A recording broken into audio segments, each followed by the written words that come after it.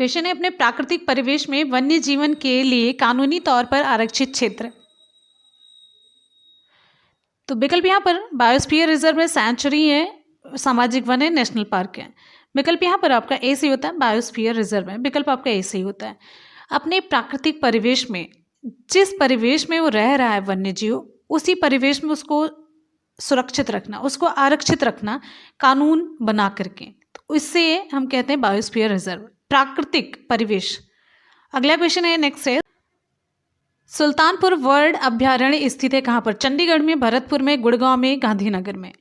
इसका विकल्प आपका सही हो जाता है, विकल्प आपका सी से होता है, गुड़गांव में।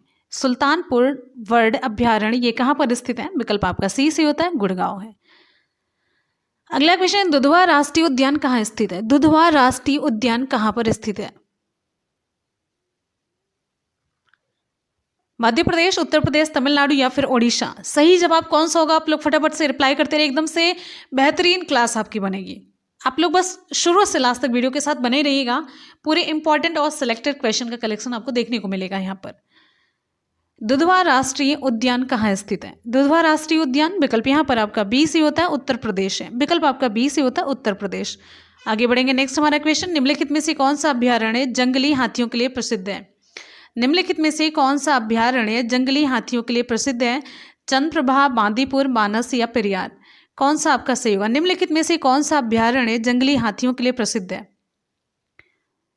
तो जंगली हाथियों के लिए विकल्प आपका यहाँ पर डी से होता है, पेरियार है।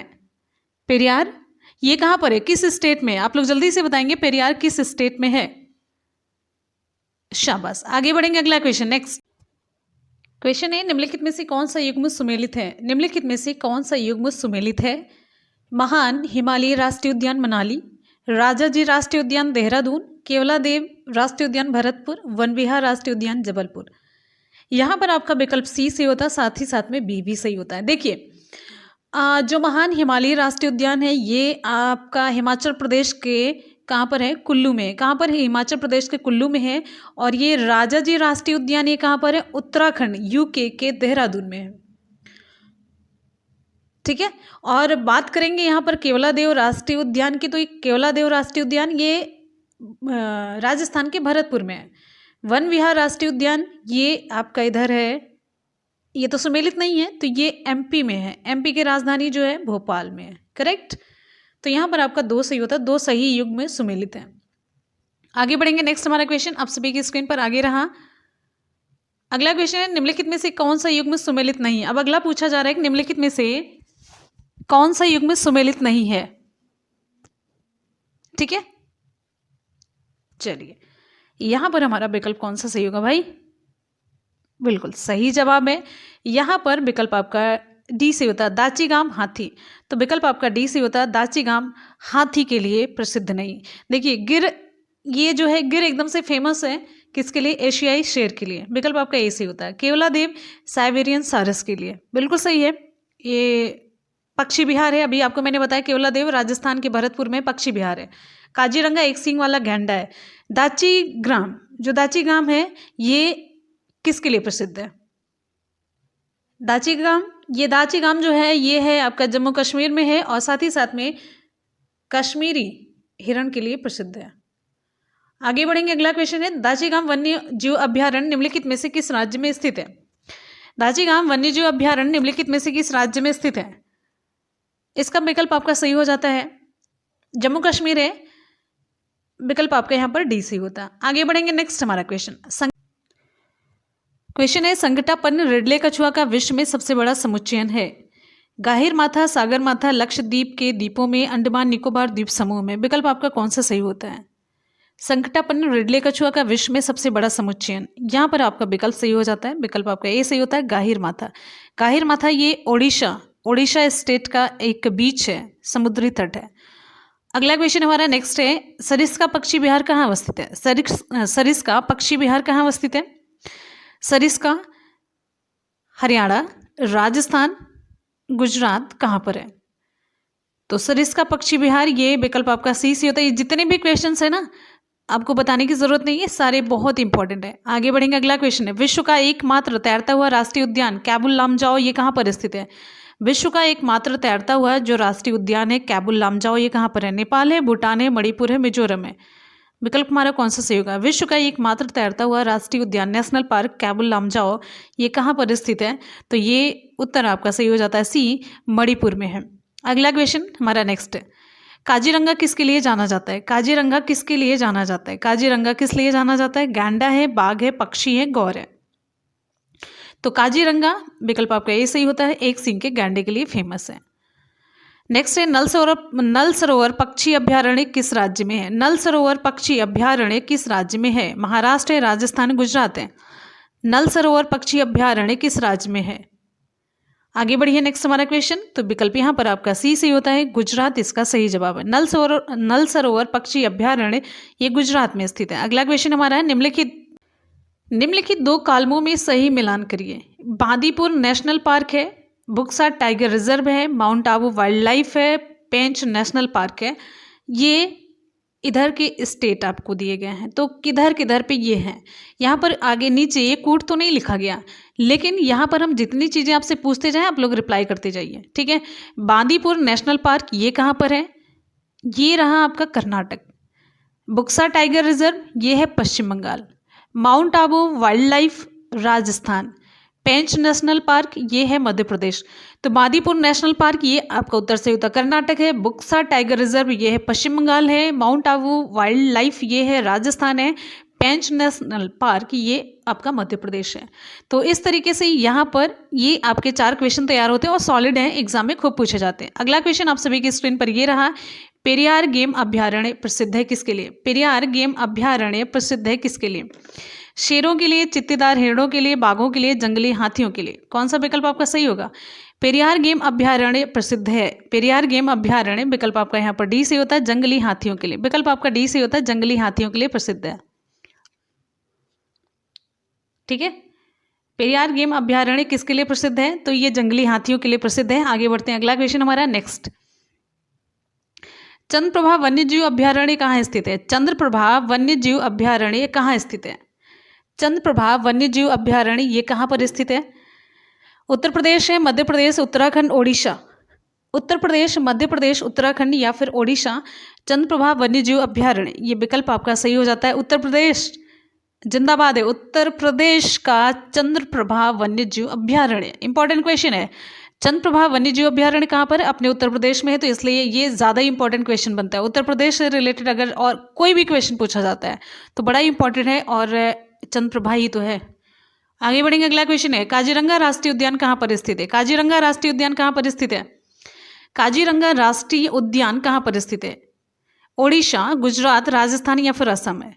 काजीरंगा राष्ट्रीय उद्यान विकल्प आपका डी सी होता है, असम है। हमारा अगला क्वेश्चन, केवलादेव घाना पक्षी विहार कहाँ अवस्थित है? केवलादेव घना पक्षी विहार ये कहाँ पर स्थित है? केवलादेव घना पक्षी विहार राजस्थान के अलवर में, राजस्थान के भरतपुर में, राजस्थान के सवाई माधोपुर में या फिर तमिलनाडु के चिंगलपेट में। कौन सा विकल्प आपका सही होगा? केवलादेव घना पक्षी विहार विकल्प यहाँ पर आपका बी सी हो जाता है, राजस्थान के भरतपुर में, राइट। अगला क्वेश्चन आप सभी की स्क्रीन पर है, नंदा देवी जीव मंडल किस राज्य में स्थित है? नंदा देवी जीव मंडल किस राज्य में स्थित है? नंदा देवी जीव मंडल किस राज्य में स्थित है? छत्तीसगढ़, असम, हिमाचल प्रदेश, उत्तराखंड। चलिए जल्दी से बताइए, नंदा देवी जीव मंडल किस राज्य में अवस्थित है? विकल्प यहाँ पर आपका डी सी हो जाता है, उत्तराखंड है। विकल्प आपका डी सी होता है, उत्तराखंड है। मानस पशु विहार किस राज्य में स्थित है? राजस्थान, असम, झारखंड या फिर छत्तीसगढ़ है। मानस पशु विहार किस राज्य में है? विकल्प यहाँ पर आपका बी सही होता है, असम है। अभ्यारण्य, कौन सा अभ्यारण्य राइनो के लिए जाना जाता है? कौन सा अभ्यारण्य राइनो के लिए जाना जाता है? काजीरंगा, गिर, रणथंभौर, कार्बेट। कौन सा अभ्यारण्य राइनो के लिए जाना जाता है? विकल्प यहाँ पर आपका ए सही होता है, काजीरंगा। काजीरंगा अभ्यारण्य ये राइनो के लिए जाना जाता है। अगला हमारा क्वेश्चन है, किस राज्य में राष्ट्रीय उद्यान वैली ऑफ फ्लावर्स स्थित है? किस राज्य में राष्ट्रीय उद्यान वैली ऑफ फ्लावर्स स्थित है? उत्तराखंड है, जम्मू कश्मीर, हिमाचल प्रदेश या फिर केरल। इसका सही जवाब क्या होगा? किस राज्य में राष्ट्रीय उद्यान वैली ऑफ फ्लावर्स स्थित है? ये इंपॉर्टेंट क्वेश्चन आप सभी के एग्जाम में कई बार ये पूछा गया है। विकल्प यहाँ पर आपका सही हो जाता है, विकल्प ए है उत्तराखंड है। विकल्प ए आपका सही होता है, उत्तराखंड है। नेक्स्ट है मधुमलाई पशु विहार प्रसिद्ध है। मधुमलाई पशु विहार प्रसिद्ध है कहाँ पर, किसके लिए प्रसिद्ध है? मधुमलाई पशु विहार किसके लिए प्रसिद्ध है? यहाँ पर आपका विकल्प सही होता है। देखिए, व्याघ्रों के लिए है, बाइसन के लिए है, पक्षियों के लिए या फिर हाथियों के लिए। तो मधुमलाई विकल्प यहाँ पर आपका ऐसे ही होता है, व्याघ्रों के लिए प्रसिद्ध है। मधुमलाई पशु विहार ये व्याघ्रों के लिए प्रसिद्ध है। अगला क्वेश्चन है गिर का वन शेरों के लिए प्रसिद्ध है, यह किस राज्य में अवस्थित है? गिर का वन शेरों के लिए प्रसिद्ध है, यह किस राज्य में अवस्थित है? झारखंड, छत्तीसगढ़, गुजरात या फिर असम? गिर का वन शेरों के लिए प्रसिद्ध है, ठीक है। तो विकल्प यहाँ पर आपका सही हो जाता है विकल्प सी, गुजरात। अगला क्वेश्चन हमारा, नामदफा वन्यजीव अभ्यारण्य किस राज्य में स्थित है? नामदफा वन्यजीव अभ्यारण्य किस राज्य में स्थित है? अरुणाचल प्रदेश, जम्मू कश्मीर, ओडिशा या फिर मिजोरम? कौन सा विकल्प आपका सही होगा? नामदफा विकल्प यहाँ पर आपका ये सही होता है, अरुणाचल प्रदेश है। अगला क्वेश्चन है, डाम्फा वन्यजीव अभ्यारण्य स्थित है कहाँ पर?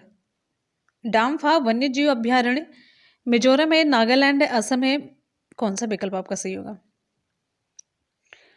डाम्फा वन्यजीव अभ्यारण्य मिजोरम, नागालैंड, असम, कोई भी रख लीजिए आप, यहाँ पर सिक्किम रख लीजिए।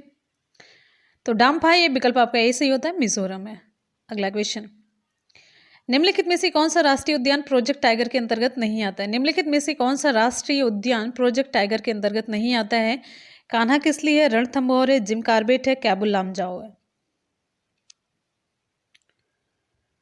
ये केबुल लामजाओ विकल्प आपका डी से होता है, ये प्रोजेक्ट टाइगर के अंतर्गत नहीं आता है। कान्हा किसली है, रणथंभौर है, जिम कार्बेट है, ये सभी जितने भी राष्ट्रीय उद्यान हैं टाइगर प्रोजेक्ट के अंतर्गत आते हैं। अगला क्वेश्चन हमारा नेक्स्ट है, राजाजी राष्ट्रीय पार्क एक प्राकृतिक आवास है किसका? राजाजी राष्ट्रीय पार्क, अभी मैंने पहले क्वेश्चन में आपको बताया, राजाजी राष्ट्रीय पार्क एक प्राकृतिक आवास है किसका? महासेर मछली का, एशियाई हाथी का, कस्तूरी मृग या फिर चीतल? विकल्प आपका कौन सा सही होगा? राजाजी राष्ट्रीय पार्क एक प्राकृतिक आवास है किसका? राजाजी राष्ट्रीय पार्क एक प्राकृतिक आवास, यहाँ पर विकल्प आपका बी सही होता है, एशियाई हाथी का। करेक्ट। आगे बढ़ेंगे, अगला क्वेश्चन है, मिलान करना है। विकल्प यहाँ पर ध्यान से देख करके आपको मिलान करना है, आगे आपको ही मिलान करना है, यहाँ पर ऑप्शंस नहीं दिए गए हैं आपको। देखिए, कांगेर घाटी राष्ट्रीय उद्यान, कांगेर घाटी राष्ट्रीय उद्यान कहाँ पर है? ये सही जवाब होता है छत्तीसगढ़ है। नागरहोल राष्ट्रीय वन, नागरहोल राष्ट्रीय वन ये कहाँ पर है? ये इसका सही मिलान हो जाता है आपका, इधर जाता है कर्नाटक। कुगती वन्यजीव अभ्यारण्य ये कहाँ पर है? ये हिमाचल प्रदेश। कुगती वन्यजीव अभ्यारण्य ये हिमाचल प्रदेश में। बच कौन सा रहा है? सुल्तानपुर पक्षी अभ्यारण्य ये है हरियाणा में। सुल्तानपुर पक्षी अभ्यारण्य ये है हरियाणा। नागरहोल राष्ट्रीय वन ये है कर्नाटक। कुगती वन्यजीव अभ्यारण्य ये है हिमाचल प्रदेश। कांगेर घाटी राष्ट्रीय वन ये है छत्तीसगढ़। आगे बढ़ेंगे, हमारा अगला क्वेश्चन आप सभी की स्क्रीन पर ये रहा। इसमें भी आपको मिलान करना है और सही से मिलान करना है। आगे देखिए, नामदफा है, बांदीपुर है, पेरियार है, लामजाओ है। तो नामदफा कहाँ पर है? फटाफट से देखते चलिए, जितना हम पूछते चले आप लोग को रिप्लाई एकदम से कंटिन्यू आती रहनी चाहिए। नामदफा यहाँ पर पूछा जा रहा है, नामदफा ये है विकल्प आपका दूसरा सही होता है, अरुणाचल प्रदेश है। नामदफा अरुणाचल प्रदेश। बांदीपुर ये रहा कर्नाटक। पेरियार ये है केरल। कैबुल लामजाओ ये मणिपुर। करेक्ट, बिल्कुल सही है। आगे बढ़ते हैं अगले क्वेश्चन की तरफ। भारत का प्रथम राष्ट्रीय उद्यान कौन सा है? भारत का प्रथम राष्ट्रीय उद्यान, यहाँ पर विकल्प आपका ये है, डाचीगाम वन्यजीव अभ्यारण्य, Simlipal national park, Hazaribagh national park या फिर कार्बेट नेशनल पार्क। भारत का प्रथम राष्ट्रीय उद्यान बिल्कुल सही है, भारत का प्रथम राष्ट्रीय उद्यान विकल्प यहाँ पर आपका सही हो जाता है, डी कार्बेट नेशनल पार्क है। अगला क्वेश्चन, भारत का प्रथम तितली उद्यान कहाँ पर स्थित है? भारत का प्रथम तितली उद्यान कहाँ पर स्थित है? भारत का प्रथम तितली उद्यान मोस्ट इंपॉर्टेंट क्वेश्चन है। भारत का प्रथम तितली उद्यान बन्नरघट्टा जैविक उद्यान बेंगलुरु में, राष्ट्रीय पशु उद्यान कोलकाता, काजीरंगा राष्ट्रीय उद्यान जोरहाट या फिर उपरोक्त में से कोई नहीं। विकल्प आपका कौन सा सही होगा? विकल्प आपका यहाँ पर ए सही हो जाता है, बन्नरघट्टा जैविक उद्यान जो कि बेंगलुरु में है। नेक्स्ट हमारा क्वेश्चन, निम्नलिखित में से किसका सही मेल बाघ आरक्षित क्षेत्र परियोजना के साथ नहीं बैठता है? निम्नलिखित में से किसका सही मेल बाघ आरक्षित क्षेत्र परियोजना के साथ सही नहीं बैठता?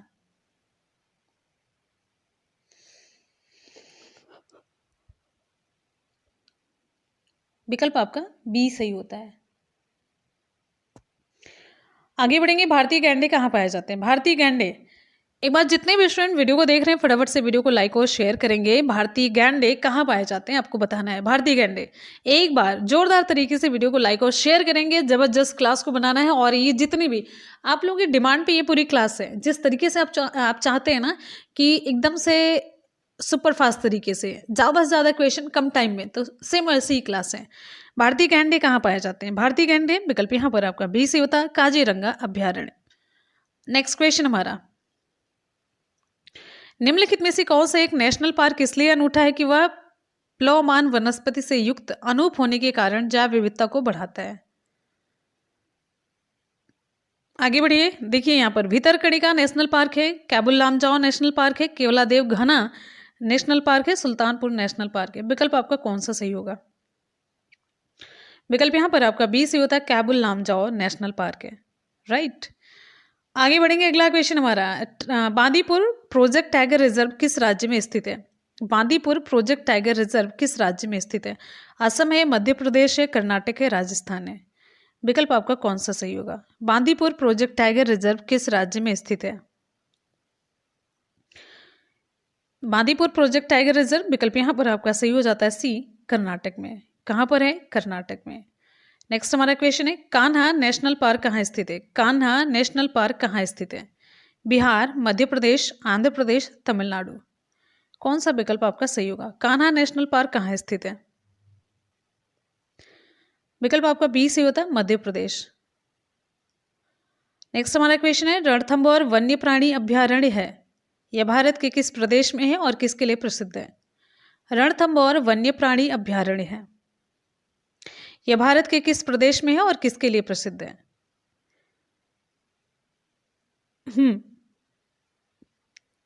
चलिए भाई, विकल्प यहाँ पर आपका सही हो जाता है, ये विकल्प सी, राजस्थान में है और ये बब्बर शेर के लिए जाना जाता है। विकल्प आपका सी सही होता है।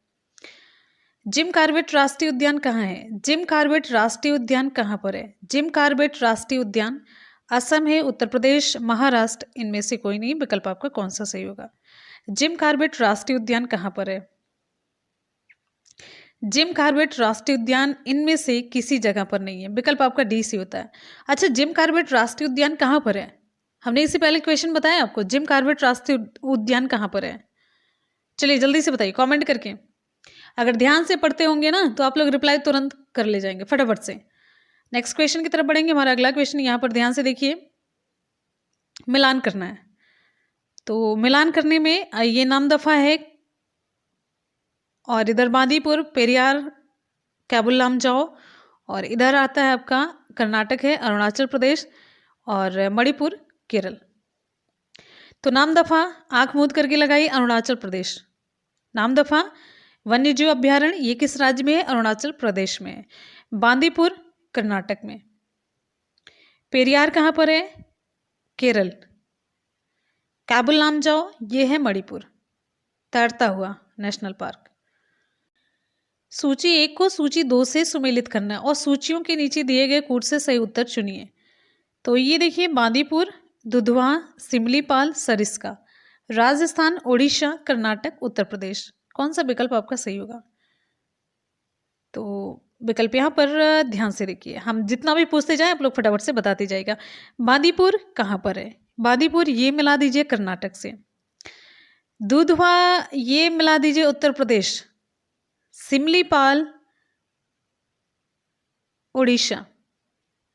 सरिस्का राजस्थान। करेक्ट। बांदीपुर है कर्नाटक, दुधवा है उत्तर प्रदेश, सिमलीपाल उड़ीसा, सरिस्का राजस्थान। क्लियर हो गया? आगे बढ़ेंगे अगले क्वेश्चन की तरफ। हाथी किस राष्ट्रीय उद्यान में पाया जाता है? हाथी किस राष्ट्रीय उद्यान में पाया जाता है? हाथी किस राष्ट्रीय उद्यान में पाया जाता है? आगे बढ़िए, नेक्स्ट क्वेश्चन है, नागरहोल राष्ट्रीय उद्यान, बोरीवली राष्ट्रीय उद्यान, दुधवा राष्ट्रीय उद्यान, काजीरंगा राष्ट्रीय उद्यान। तो विकल्प यहाँ पर आपका ए सही हो जाता है, नागरहोल राष्ट्रीय उद्यान। विकल्प आपका ए सही होता है, नागरहोल राष्ट्रीय उद्यान। अगला क्वेश्चन है, भारत में सबसे बड़ा बाघ अभयारण्य टाइगर रिजर्व कौन सा है? भारत में सबसे बड़ा बाघ अभयारण्य टाइगर रिजर्व कौन सा है? पेंच है, मानस है, नागार्जुन है, कार्बेट है। भारत में सबसे बड़ा बाघ अभयारण्य जो टाइगर रिजर्व है वो कौन सा है? तो भारत में सबसे बड़ा बाघ अभयारण्य विकल्प आपका सी से होता है, नागार्जुन है। महात्मा गांधी राष्ट्रीय समुद्री उद्यान कहाँ स्थित है? महात्मा गांधी राष्ट्रीय समुद्री उद्यान कहाँ स्थित है? पिरोटन द्वीप है, रामेश्वरम है, गंगासागर द्वीप या फिर पोर्ट ब्लेयर है? महात्मा गांधी राष्ट्रीय समुद्री उद्यान विकल्प यहाँ पर आपका सही हो जाता है, विकल्प डी से होता है, महात्मा गांधी राष्ट्रीय समुद्री उद्यान विकल्प आपका डी से होता है, port Blair. National would fossil park स्थित है। नेशनल वुड फॉसिल पार्क कहाँ पर स्थित है? नेशनल वुड फॉसिल पार्क ये कहाँ पर स्थित है? ये जैसलमेर है, इंपॉर्टेंट क्वेश्चन है, ये जैसलमेर है, इंपॉर्टेंट है। नेक्स्ट हमारा क्वेश्चन ध्यान से देखिए, दाचीगाम राष्ट्रीय उद्यान में मुख्य रूप से पाया जाता है। दाचीगाम राष्ट्रीय उद्यान में मुख्य रूप से क्या पाया जाता है? बाघ है, कोबरा, तेंदुआ है, कौन सा सही होगा? आगे यहाँ पर आपको, चलिए कोई बात नहीं, तो यहाँ पर आपका तीनों में से ही सही हो जाएगा, ए बी सी में से ही सही हो जाएगा, तो ये विकल्प आपका सी सही होता है, तेंदुआ। दाचीगाम राष्ट्रीय उद्यान में मुख्य रूप से तेंदुआ पाया जाता है, बाघ और कोबरा नहीं। वैसे हर जगह पे कुछ ना कुछ सारी चीज़ें पाई जाती है, लेकिन एक उसमें से फेमस होता है वही पूछा जाता है। अब इसका ये मतलब नहीं कि वहाँ पे कुछ नहीं, बस एक ही चीज़ पाई जाती है, राइट। निम्नलिखित में से कौन सा एक छत्तीसगढ़ में अवस्थित है? निम्नलिखित में से कौन सा एक छत्तीसगढ़ में अवस्थित है? बांधवगढ़ राष्ट्रीय उद्यान, दांडेली अभ्यारण्य, राजाजी राष्ट्रीय उद्यान या फिर इंद्रावती राष्ट्रीय उद्यान? विकल्प कौन सा हमारा सही होगा? निम्नलिखित में से कौन सा एक छत्तीसगढ़ में अवस्थित है? विकल्प यहाँ पर आपका डी से होता है, इंद्रावती राष्ट्रीय उद्यान। निम्नलिखित में से कौन सा एक टॉप स्लिप के नाम से जाना जाता है? सिमलीपाल, पेरियार है, मंजीरा है, इंदिरा गांधी है। टॉप स्लिप के नाम से कौन जाना जाता है? तो टॉप स्लिप के नाम से विकल्प यहाँ पर आपका सही हो जाता है, बिल्कुल सही है, विकल्प यहाँ पर आपका सही हो जाता है डी, इंदिरा गांधी वन्यजीव अभ्यारण्य और राष्ट्रीय उद्यान। विकल्प आपका डी सही होता है। नेक्स्ट हमारा क्वेश्चन, निम्नलिखित में से कौन एक सही सुमेलित नहीं है?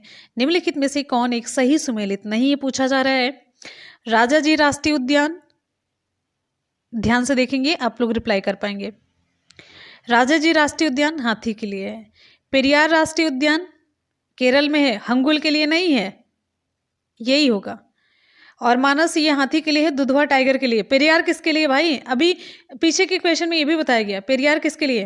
फटाफट से बताइए, पेरियार किसके लिए? शाबाश, बहुत बढ़िया। विकल्प यहाँ पर हमारा कौन सा सही होगा? अगर हम विकल्प में दें, हाथी के लिए, गैंडे के लिए, शेर के लिए, जंगली गधे के लिए या फिर कोई नहीं?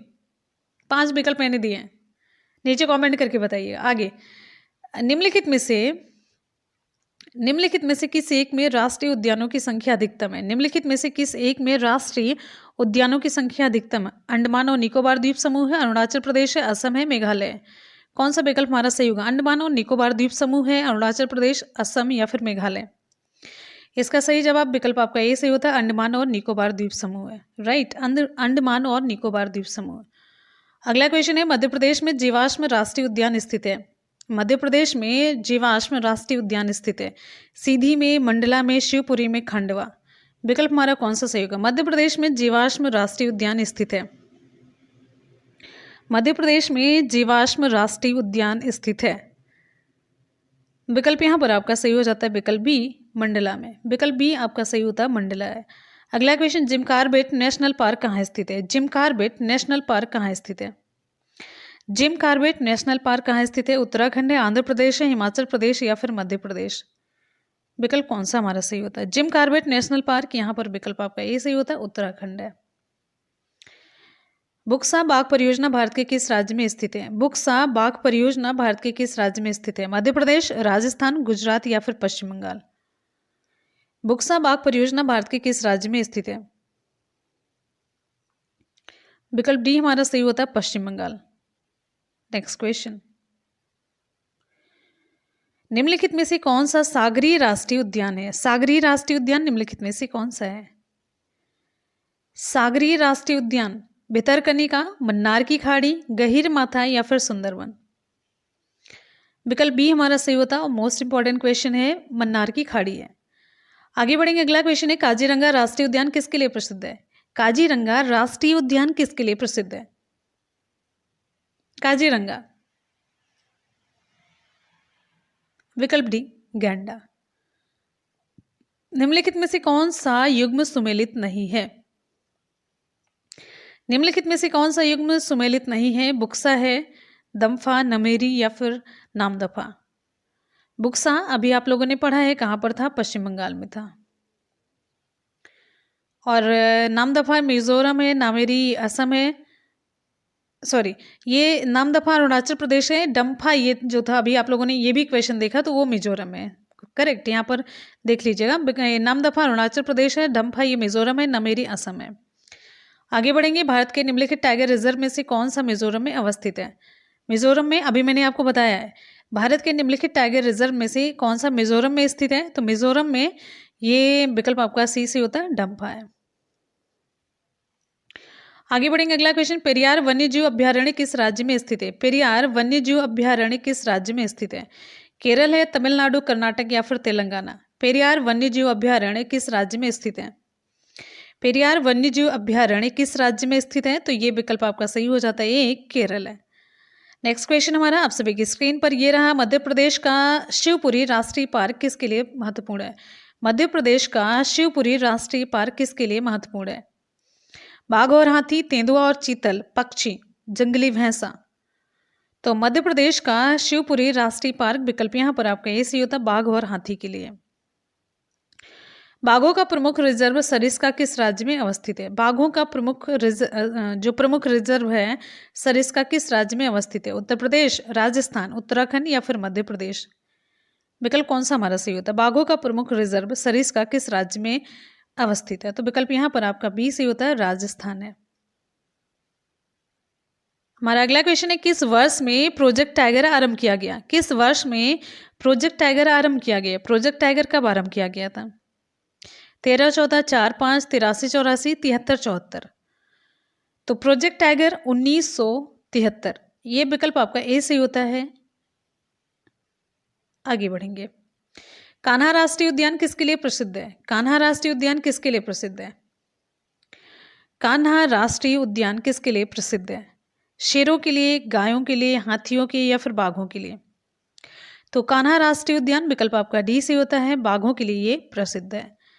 अगला क्वेश्चन है, भारत में जंगली गधे जो पाए जाते हैं निम्नलिखित में से वो कहाँ पाए जाते हैं? भारत में जंगली गधे, घोड़खुर निम्नलिखित में से कहाँ पाए जाते हैं? सुंदरबन में, कच्छ के रण में, थार मरुभूमि में या फिर असम के जंगलों में। भारत में जंगली गधे, विकल्प यहाँ पर आपका सही हो जाता है, विकल्प बी, कच्छ के रण में। विकल्प आपका बी से होता है, कच्छ के रण में। अगला क्वेश्चन आप सभी के लिए ये रहा, निम्नलिखित में से कौन सा एक बाघ के आंतरिक, मूल, क्रांतिक, क्रिटिकल आवास के क्षेत्रफल के आधार पर भारत का सबसे बड़ा बाघ अभ्यारण्य है? मानस है, पक्कई है, नागार्जुन सागर, श्रीसेलम है, पेरियार है। कौन सा विकल्प आपका सही होगा? निम्नलिखित में से कौन सा एक बाघ के आंतरिक, मूल, क्रांतिक, क्रिटिकल आवास के क्षेत्रफल के आधार पर भारत का सबसे बड़ा बाघ अभ्यारण्य है? अभी मैंने एक क्वेश्चन ये भी करवाया था, तो विकल्प आपका सी से होता है, नागार्जुन सागर, श्रीशैलम है। अगला क्वेश्चन ध्यान से देखेंगे, निम्नलिखित में से किस प्रमुख प्रजातियों को दचेगाम नेशनल पार्क में संरक्षित किया गया है और देखभाल किया जा रहा है? निम्नलिखित में से किस प्रमुख प्रजातियों को दचेगाम नेशनल पार्क में संरक्षित किया गया है और देखभाल की जा रही है? कस्तूरी हिरण है, गोल्डन ओरियल है या फिर मार्टिन है, हंगुल है। विकल्प आपका कौन सा सही होगा? विकल्प आपका यहाँ पर डी सही होता है, हंगुल है। आगे बढ़ेंगे, निम्नलिखित राज्यों में से किस एक में पाखुई वन्य जीव अभ्यारण्य अवस्थित है? निम्नलिखित राज्यों में से किस एक में पाखुई वन्य जीव अभ्यारण्य अवस्थित है? अरुणाचल प्रदेश है, मणिपुर है, मेघालय है, नागालैंड है। निम्नलिखित राज्यों में से किस एक में पाखुई वन्य जीव अभ्यारण्य अवस्थित है? विकल्प यहाँ पर आपका सही हो जाता है, अरुणाचल प्रदेश। विकल्प ए सही होता है। जनजाति से रिलेटेड भी आपके एग्जाम में क्वेश्चन पूछा जाता है, तो यहाँ पर हमने कुछ जनजातियों से रिलेटेड क्वेश्चन कवर किया जो कि बहुत ही इंपॉर्टेंट है, सिलेक्टेड क्वेश्चन है। चलिए देखिए यहाँ पर भील जनजाति सबसे इंपॉर्टेंट। भील जनजाति भारत में सर्वाधिक पाई जाती है, तो यहाँ पर विकल्प में आपका दिख रहा है मध्य प्रदेश में पाई जाती है। भील जनजाति भारत में सबसे ज़्यादा मध्य प्रदेश में पाई जाती है। निम्नलिखित में से कौन सी जनजाति नीलगिरी पहाड़ियों से संबंधित है? निम्नलिखित में से कौन सी जनजाति नीलगिरी पहाड़ियों से संबंधित है? मारिया है, असुर है, बदगा या फिर सहरिया? विकल्प कौन सा हमारा सही होगा? निम्नलिखित में से कौन सी जनजाति नीलगिरी पहाड़ियों से संबंधित है? नीलगिरी पहाड़ियों से संबंधित जो जनजाति है, विकल्प आपका यहाँ पर सही हो जाता है, ये सी है, बदगा है। नीलगिरी पहाड़ियों से संबंधित जनजाति, विकल्प आपका सी से होता है, बदगा। सारे क्वेश्चन यहाँ पर जितने भी आप देखेंगे ना सिलेक्टेड हैं। आगे बढ़ेंगे, अगला क्वेश्चन। उत्तर प्रदेश की सर्वाधिक जनसंख्या वाली जनजाति निम्नलिखित में से कौन सी है? उत्तर प्रदेश में सर्वाधिक जनसंख्या वाली जो जनजाति है वो कौन सी है? उत्तर प्रदेश की सर्वाधिक जनसंख्या वाली जनजाति, आप लोग फटाफट से कमेंट सेक्शन में रिप्लाई करते जाइए। देखिए एकदम से एनर्जी के साथ, पूरे एनर्जेटिक होकर के रिप्लाई आप लोग करते जाइए। जब तक आप एनर्जी नहीं दिखाएंगे ना, एक जोश आपके अंदर नहीं होगा ना, तो आपको टारगेट पाने की इच्छा भी ना रहेगी नहीं अंदर से। मतलब आग होनी चाहिए, जब तक जोश और जुनून होना चाहिए, आग होनी चाहिए, तब आप किसी चीज़ को पा सकते हैं। नहीं तो आप अपने मन में खाली एक उद्देश्य बनाए रख सकते हैं कि हमको ये पाना है, ये पाना है।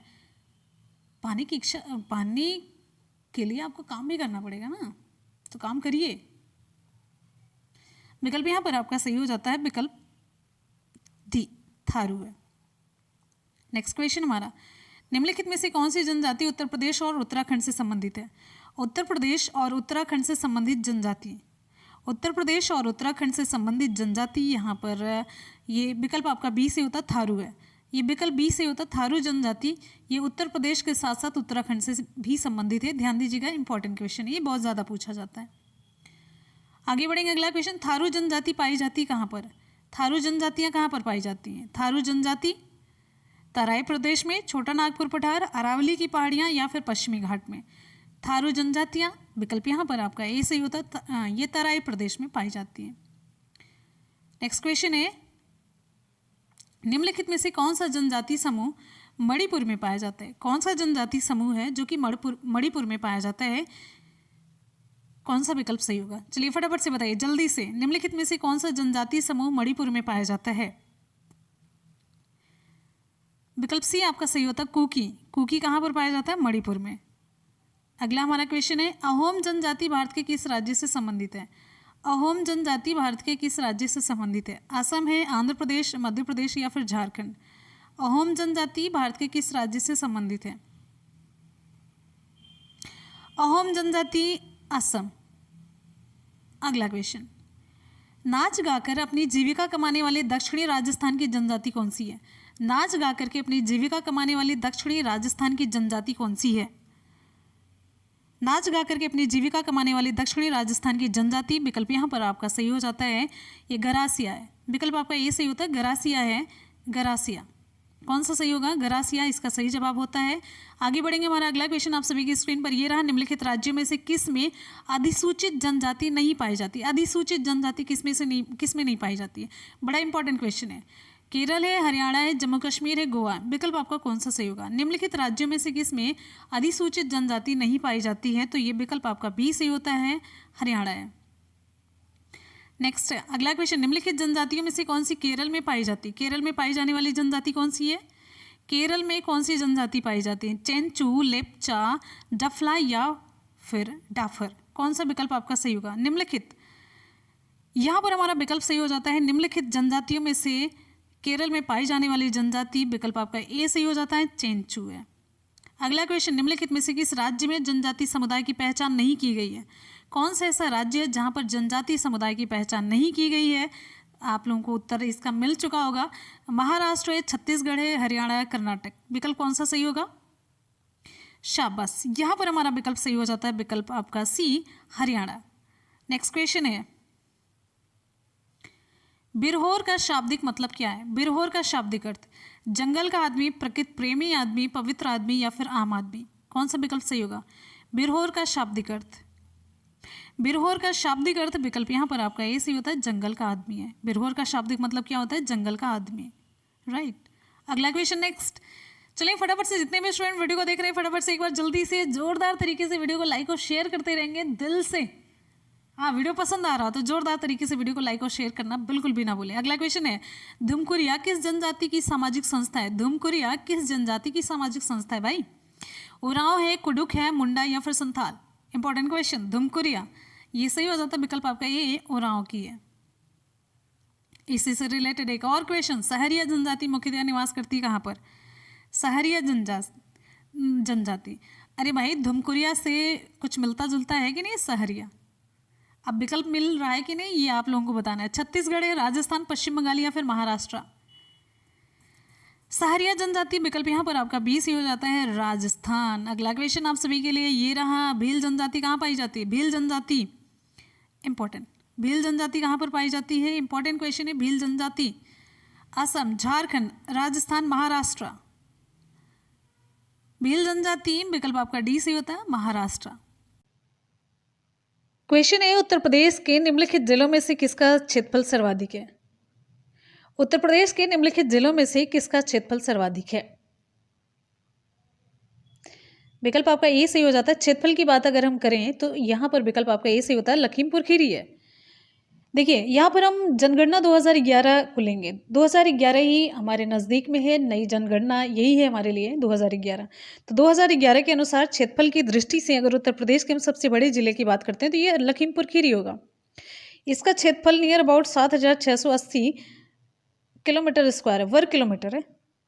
और सबसे छोटा जिला अगर पूछा जाए, छोटा जिला कौन सा होगा? भदोही। सबसे छोटा जिला भदोही है। लेकिन साथ ही साथ में तो क्षेत्रफल की बात हो गई। अगर हम जनसंख्या की बात करते हैं तो जनसंख्या की दृष्टि से सबसे बड़ा जो जिला है वो कौन सा है? प्रयागराज है। सबसे बड़ा जिला प्रयागराज है और सबसे छोटा जिला जो है वो महोबा है। इसमें जनसंख्या बहुत ज़्यादा है, इसमें जनसंख्या बहुत कम है। और यहाँ पर क्षेत्रफल बहुत ज़्यादा है और भदोही में क्षेत्रफल बहुत कम है। आगे बढ़ेंगे। अगला क्वेश्चन हमारा नेक्स्ट आप सभी की स्क्रीन पर ये रहा, उत्तर प्रदेश के निम्नलिखित जनपदों में से कौन क्षेत्रफल की दृष्टि से सबसे छोटा है? अब आपको यहाँ पर विकल्प के अकॉर्डिंग बताना भाई, सबसे छोटा कौन सा होगा? वाराणसी, जौनपुर, इलाहाबाद, गाजीपुर। इन चारों में से सबसे छोटा, इन चारों में से सबसे छोटा ये रहा आपका वाराणसी। विकल्प आपका ये सही होता है, हमारा पड़ोसी। तो ये वाराणसी छोटा है, ठीक है। अब आपको बताते चलते हैं वाराणसी का जो क्षेत्रफल है, अभी आपको लग रहा होगा अब वाराणसी ऐसे छोटा कैसे हो सकता है, ये तो इतना बड़ा सा है। तो वाराणसी का जो क्षेत्रफल है 1535 वर्ग किलोमीटर है, 1535 वर्ग किलोमीटर है। जौनपुर का 4000 जौनपुर ही वाराणसी से बहुत बड़ा है। और इलाहाबाद तो जौनपुर से भी बड़ा है भाई, 5482 वर्ग किलोमीटर है। और जौनपुर का जो है 4038 वर्ग किलोमीटर है। और गाजीपुर की बात करते हैं 3377 वर्ग किलोमीटर है। तो सभी में से तो सबसे छोटा वाराणसी हुआ ना, तो विकल्प आपका ए सही हो जाता है। आगे बढ़ते हैं। अगला क्वेश्चन हमारा, समस्त भारत के समस्त राज्यों में क्षेत्रफलानुसार उत्तर प्रदेश का क्या स्थान है? अगर समस्त राज्यों की बात करते हैं हम तो उत्तर प्रदेश का कौन सा स्थान है? विकल्प आपका डी से होता है, क्षेत्रफल में उत्तर प्रदेश का चौथा स्थान है। पहले स्थान पे देखिए, पहले स्थान पे राजस्थान है, दूसरे स्थान पर है मध्य प्रदेश, तीसरे स्थान पर है महाराष्ट्र, राइट। तो चौथे स्थान पर आपका आ जाता है उत्तर प्रदेश। तो यहाँ पर आपको क्षेत्रफल नहीं बता रहे कौन कितने वर्ग किलोमीटर है। अगर जानना है तो ये राजस्थान 342 है, मध्य प्रदेश 308 है, महाराष्ट्र 307 है और उत्तर प्रदेश 240 है। तो कहने का मतलब एग्जैक्ट हमने नहीं बता, आगे भी अभी है 342 हमने जो बताया है 3,42,239 वर्ग किलोमीटर, ऐसे ऐसे करके है। तो हमने आगे की 3 डिजिट बताई आपको। आगे बढ़ते हैं अगले क्वेश्चन की तरफ। उत्तर प्रदेश के निम्नलिखित जिलों में से किसमें जनगणना 2011 के अनुसार निम्नतम साक्षरता अंकित की गई है? निम्नतम साक्षरता किसमें है? देखिए ये सारे क्वेश्चन बहुत इंपॉर्टेंट है, बहुत इंपॉर्टेंट है। आप कई बार भी अगर इसको रिवाइज करके जाते हैं तब भी कोई इसमें नुकसान नहीं है। विकल्प यहाँ पर आपका डी सी होता है, सबसे न्यूनतम श्रावस्ती है। उत्तर प्रदेश के निम्नलिखित जिलों में से किसमें जनगणना 2011 के अनुसार निम्नतम साक्षरता अंकित है? विकल्प आपका डी सी होता है, श्रावस्ती है, श्रावस्ती है। और अगर हम उत्तर प्रदेश के 5 न्यूनतम साक्षरता वाले जिलों की बात करते हैं तो देखिए यहाँ पर श्रावस्ती है, श्रावस्ती के बाद आता है बहराइच, फिर उसके बाद है बलरामपुर, फिर उसके बाद आता है बदायूं, फिर उसके बाद आता है रामपुर। और उत्तर प्रदेश का अगर हम अधिकतम साक्षरता वाले 5 जिलों की बात करते हैं तो इसमें गौतम बुद्ध नगर पहले स्थान पर। फिर आता है कानपुर नगर, क्या आता है कानपुर नगर। फिर उसके बाद आता है औरैया आता है। फिर उसके बाद इटावा आता है और इधर फिर आता है गाजियाबाद। तो क्लियर है, ये दोनों बहुत इंपॉर्टेंट है, सबसे न्यूनतम में 5 और अधिकतम में 5, बहुत मोस्ट इंपॉर्टेंट है। आगे बढ़ेंगे अगले क्वेश्चन की तरफ। यहाँ पर आपके एक क्वेश्चन नहीं तैयार हो, साथ साथ में कई सारे प्रश्न आपके तैयार हो रहे हैं। आगे बढ़ेंगे अगला क्वेश्चन। यहाँ पर देखिए, उत्तर प्रदेश का सबसे बड़ा वन्य जीव विहार कौन सा है? बहुत ही बढ़िया सा और बहुत ही तगड़ा क्वेश्चन है। उत्तर प्रदेश का सबसे बड़ा वन्य जीव विहार ये है हस्तिनापुर वन्य जीव विहार। इसकी स्थापना 1986 में हुई है। ठीक है, चलिए आगे बढ़ते हैं। नेक्स्ट हमारा क्वेश्चन, उत्तर प्रदेश में नवाबगंज पक्षी विहार कहां पर? उत्तर प्रदेश में नवाबगंज पक्षी विहार ये है भाई उन्नाव जनपद में, विकल्प आपका डी से होता है। नवाबगंज पक्षी विहार 1984 में 1984 में उन्नाव जनपद में इसकी स्थापना की गई थी। यह प्रदेश का दूसरा सर्वाधिक छोटा पक्षी विहार है, दूसरा सर्वाधिक छोटा पक्षी विहार है, ध्यान दीजिएगा। नेक्स्ट हमारा क्वेश्चन है, लोक नृत्य राहुला का संबंध यूपी के निम्न में से किस क्षेत्र से है? लोक नृत्य राहुला का संबंध उत्तर प्रदेश के निम्नलिखित में से किस एक क्षेत्र से है? पूर्वी क्षेत्र, पश्चिमी, मध्य, या ये विकल्प आपका डी से होता है बुंदेलखंड क्षेत्र से। राहुला जो लोकनाट्य है यूपी का बुंदेलखंड है, बुंदेलखंड क्षेत्र से संबंधित है।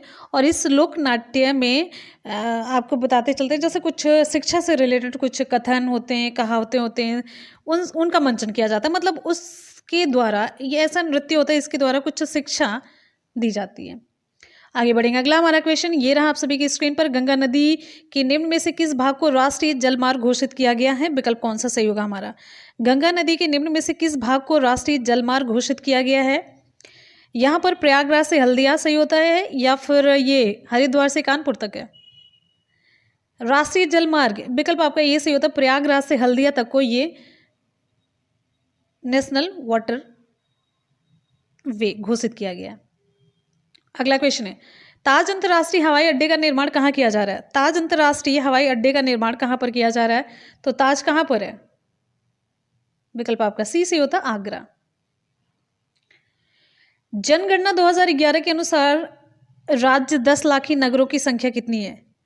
जनगणना 2011 के अनुसार राज्य में 10 लाखी नगरों की संख्या, विकल्प यहाँ पर आपका बी से होता है 7 है।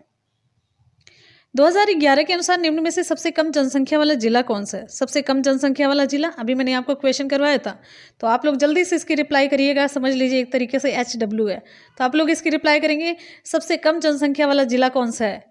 आपको मैंने बताया, सबसे अधिक मैंने बताया प्रयागराज, और जनसंख्या में सबसे अधिक प्रयागराज है, और जनसंख्या में सबसे कम यहाँ पर पूछा जा रहा है, आप लोग बताएंगे। और साथ ही साथ में क्षेत्रफल में सबसे ज़्यादा किसका है? लखीमपुर खीरी का, और सबसे कम है भदोही का। बाकी ये आपको बताना है। अगला क्वेश्चन, निम्न में से कौन सा सबसे प्राचीन वाद्य यंत्र है? सबसे प्राचीन वाद्य यंत्र सितार, तबला, सरोद या फिर वीणा? इसका सही जवाब हो जाता है विकल्प हमारा डी से होता है वीणा। निम्नलिखित में से सबसे प्राचीन वाद्य यंत्र, विकल्प आपका डी से होता है वीणा है। आगे बढ़ेंगे अगले क्वेश्चन की तरफ। नेक्स्ट है, बहुत ही इंपॉर्टेंट क्वेश्चन है, उत्तर प्रदेश का पहला समाचार पत्र। उत्तर प्रदेश का पहला समाचार पत्र निम्न में से कौन था जो 1845 में गोविंद रघुनाथ दत्ते के संपादकत्व में निकलना शुरू हुआ था? उत्तर प्रदेश का पहला समाचार पत्र निम्न में से कौन था जो 1845 में गोविंद रघुनाथ दत्ते के संपादकत्व में निकलना शुरू हुआ था? विकल्प यहाँ पर आपका सही हो जाता है विकल्प सी, बनारस अखबार। विकल्प आपका सी से होता है बनारस अखबार है। नेक्स्ट है, कानपुर स्थित कृषि विश्वविद्यालय का नाम निम्न में से किस स्वतंत्रता सेनानी के नाम पर रखा गया है? कानपुर स्थित है कृषि विश्वविद्यालय, इसका नाम निम्न में से किस स्वतंत्रता सेनानी के नाम पर रखा गया है? चंद्रशेखर आजाद, महात्मा गांधी, लाल बहादुर शास्त्री या फिर मंगल पांडे? विकल्प हमारा सही होता है चंद्रशेखर आजाद है। नेक्स्ट हमारा क्वेश्चन, निम्नलिखित में से किसके उत्पादन का केंद्र मेरठ है? यानी कि मेरठ में क्या चीज प्रसिद्ध है? जूते चप्पल के सामान, खेल के सामान, मिट्टी के बर्तन या फिर रबर उत्पाद? मेरठ में खेल के सामान मिलते हैं, विकल्प आपका बी सही होता है।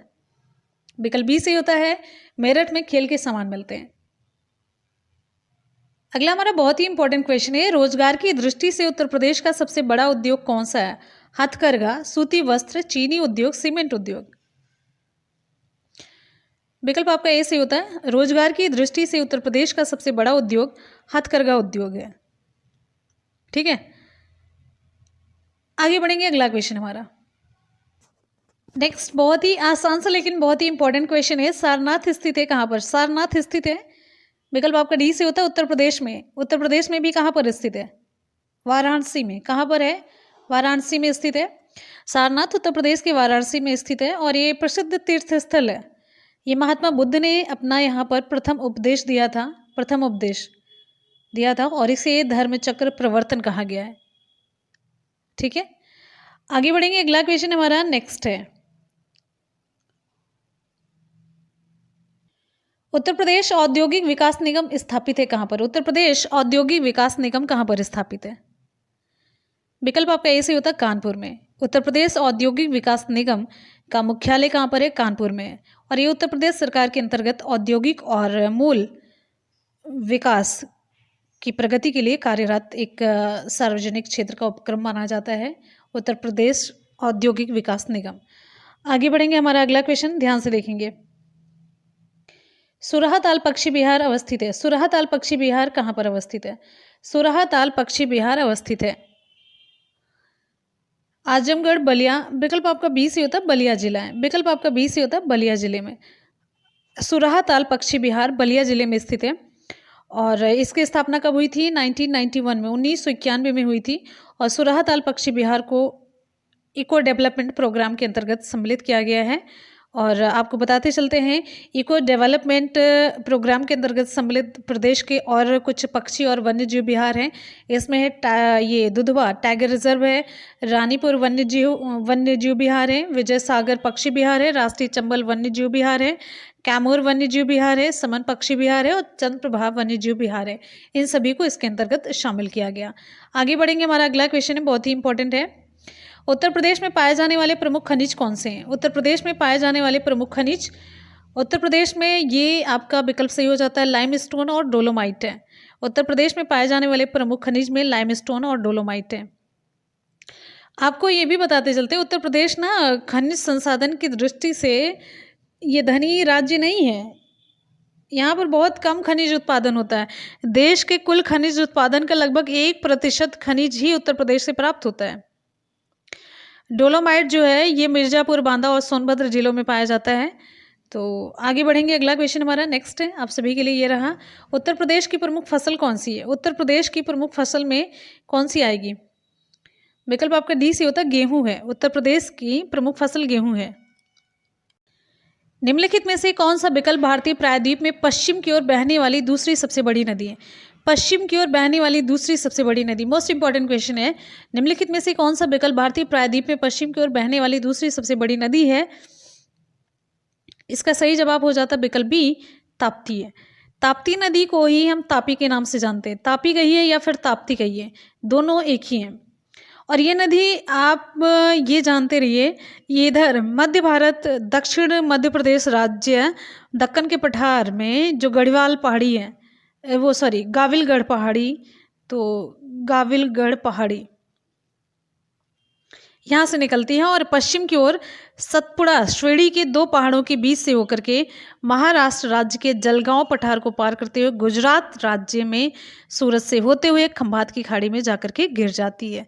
तो ये कहाँ से शुरू होती है?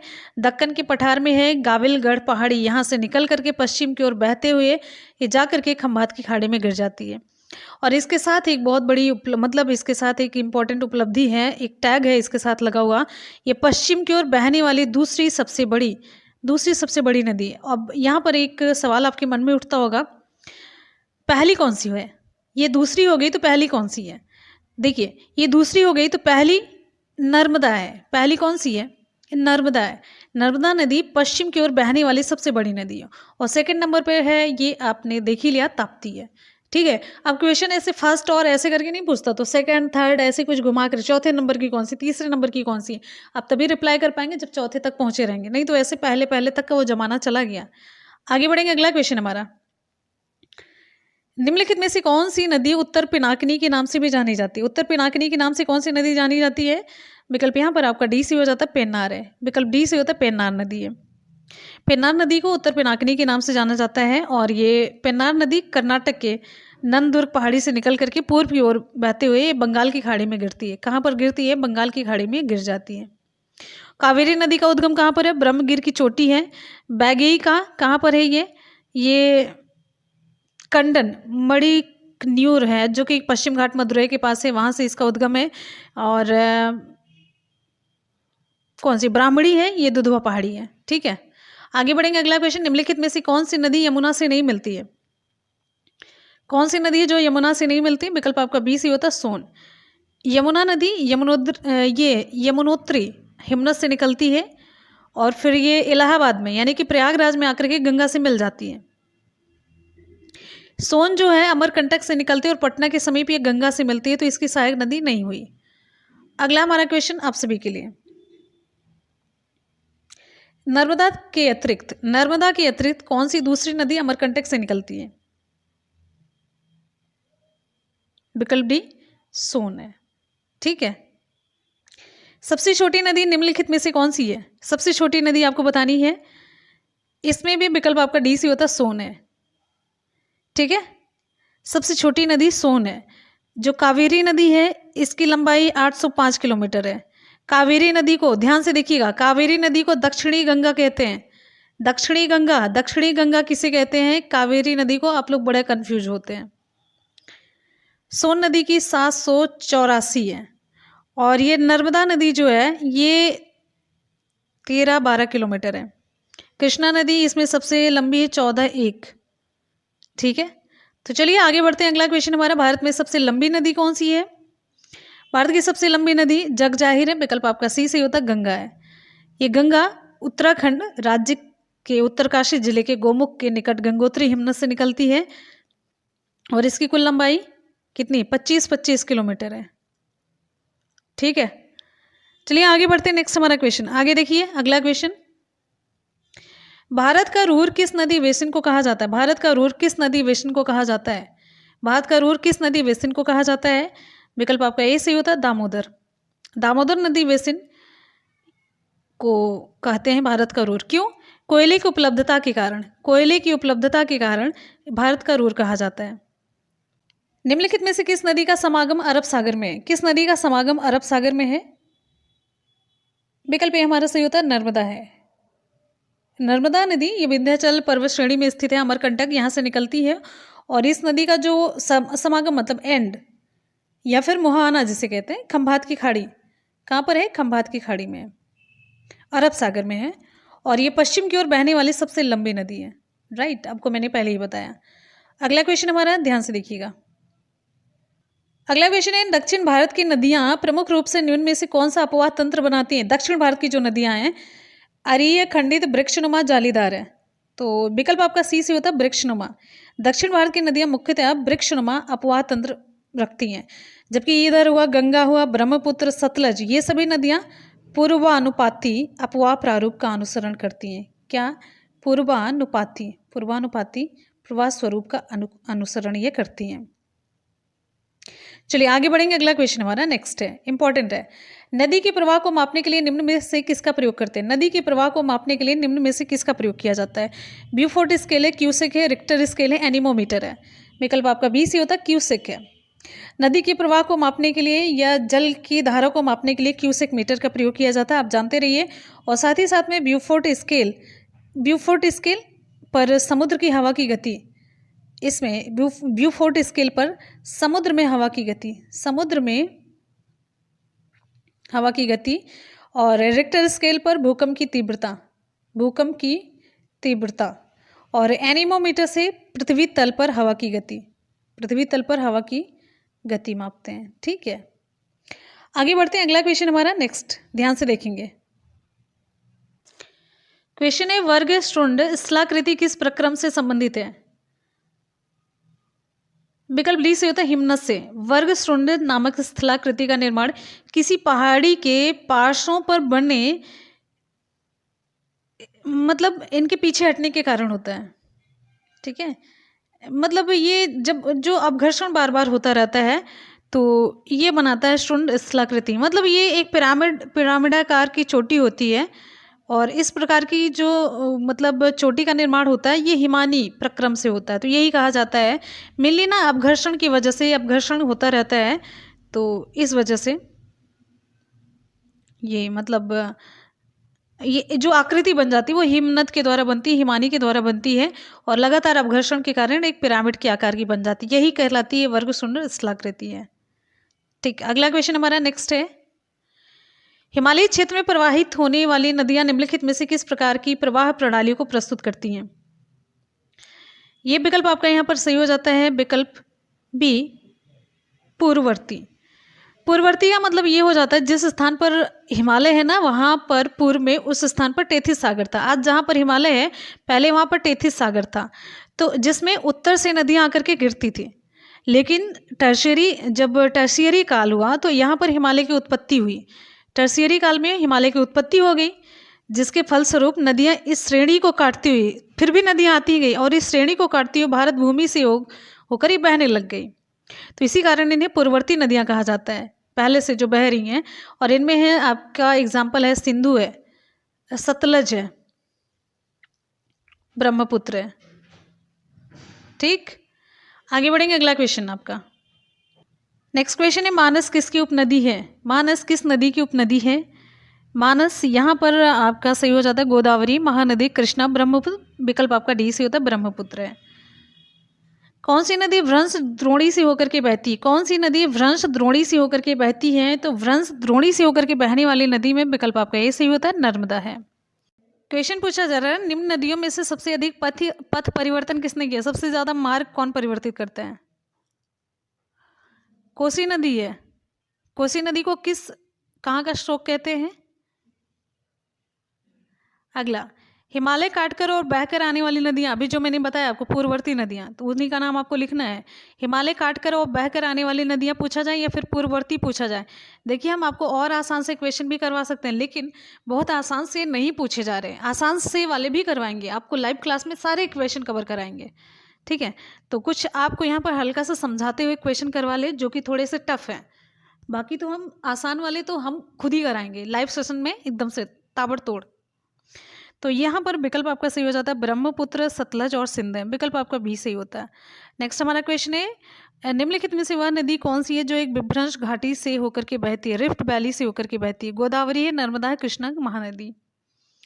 विकल्प आपका बी सही होता है, रिफ्ट वैली से नर्मदा होकर के गुजरती है। नेक्स्ट क्वेश्चन हमारा आगे, अंतःस्थलीय अपवहन नदी का उदाहरण कौन सा है? अंतःस्थलीय अपवहन नदी का उदाहरण। चलिए सभी स्टूडेंट फटाफट से रिप्लाई करते रहेंगे भाई जोश के साथ, और एक मतलब एनर्जेटिक क्लास होनी चाहिए, एनर्जी आप में रहना चाहिए, हमेशा एनर्जी रहनी चाहिए। अंतःस्थलीय विकल्प यहाँ पर आपका सही हो जाता है विकल्प बी, घग्घर है।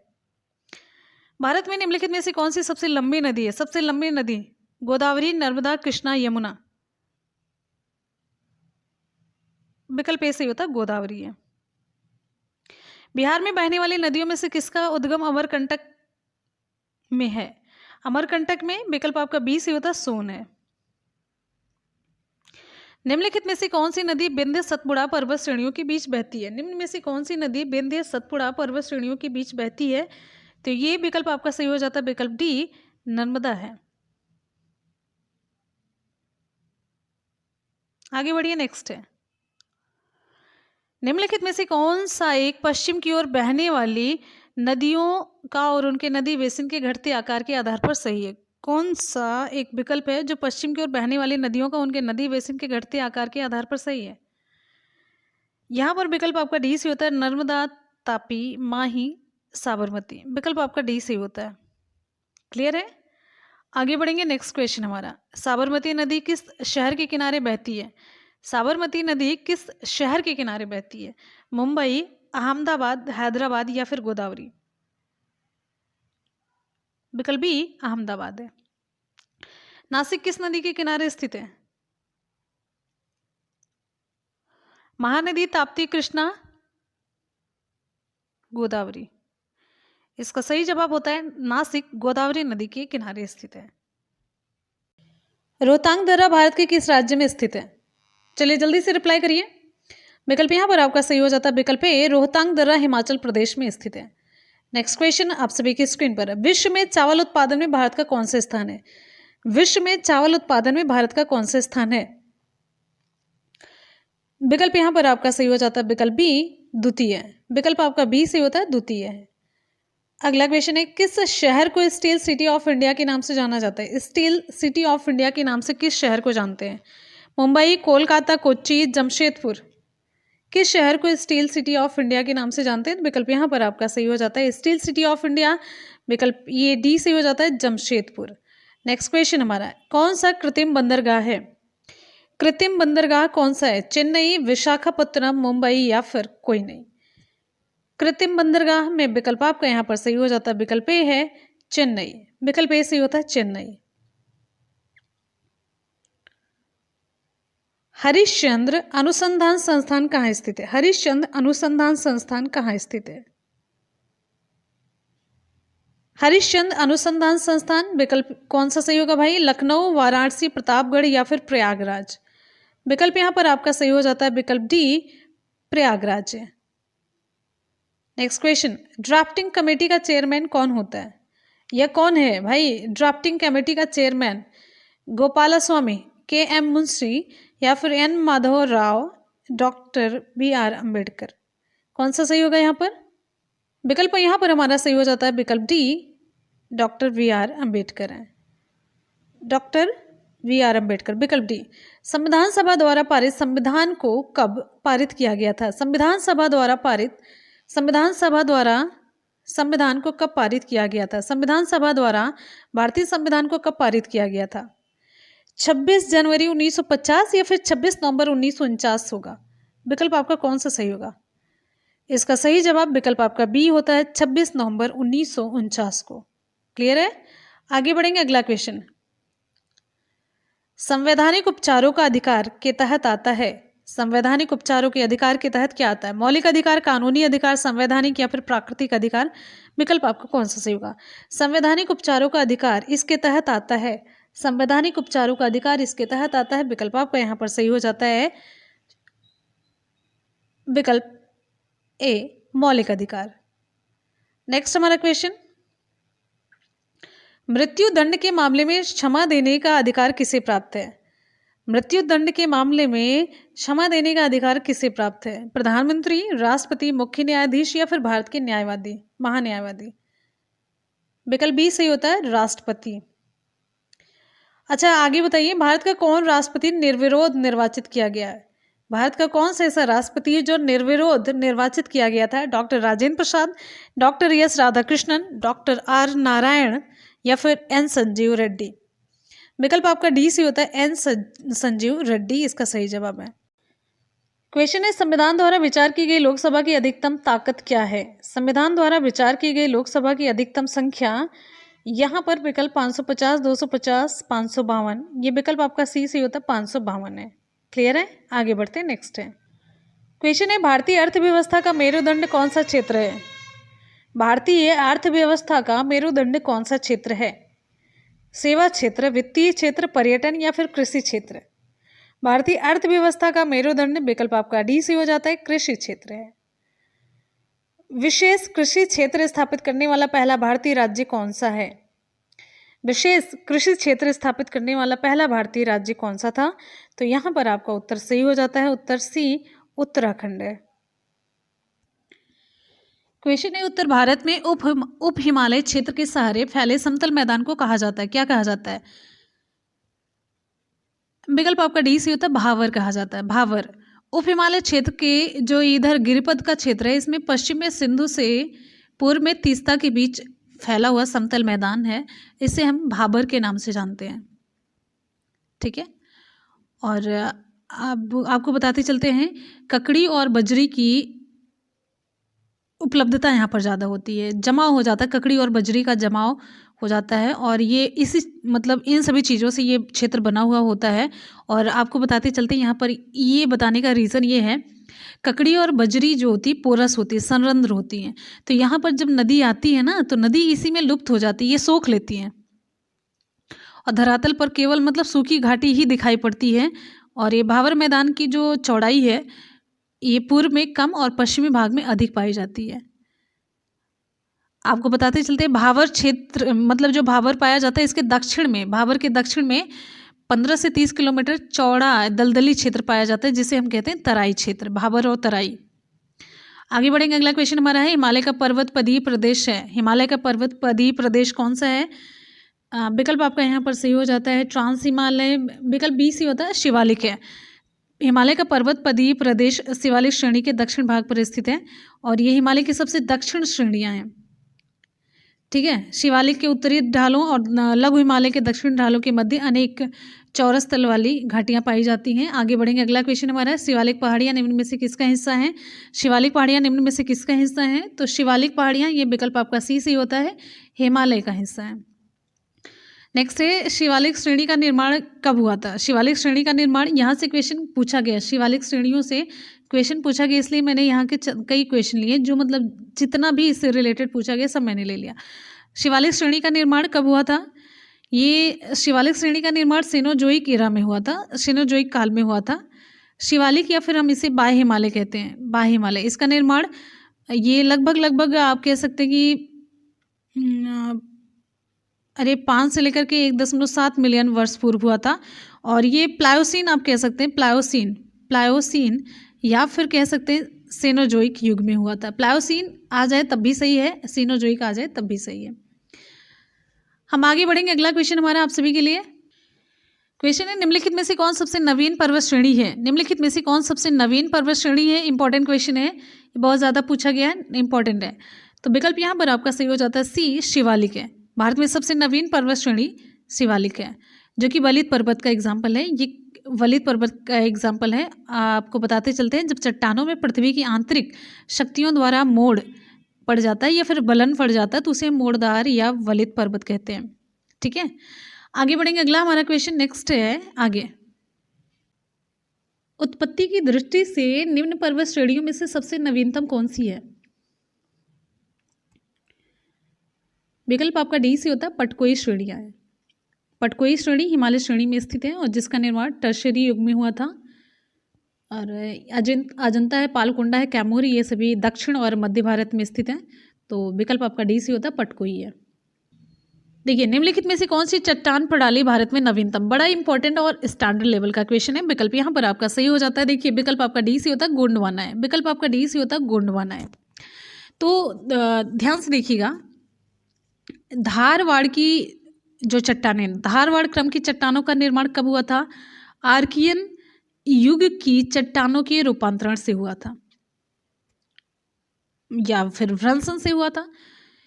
ठीक है, और ये शिलाएं धात्विक होती है जिसमें आपको सोना, लोहा, मैग्नीज, अवरक, कोबाल्ट, क्रोमियम, तांबा, टंगस्टन, सीसा, ये सभी खनिज मिलेंगे। क्लियर हो गया धारवाड़ का कॉन्सेप्ट।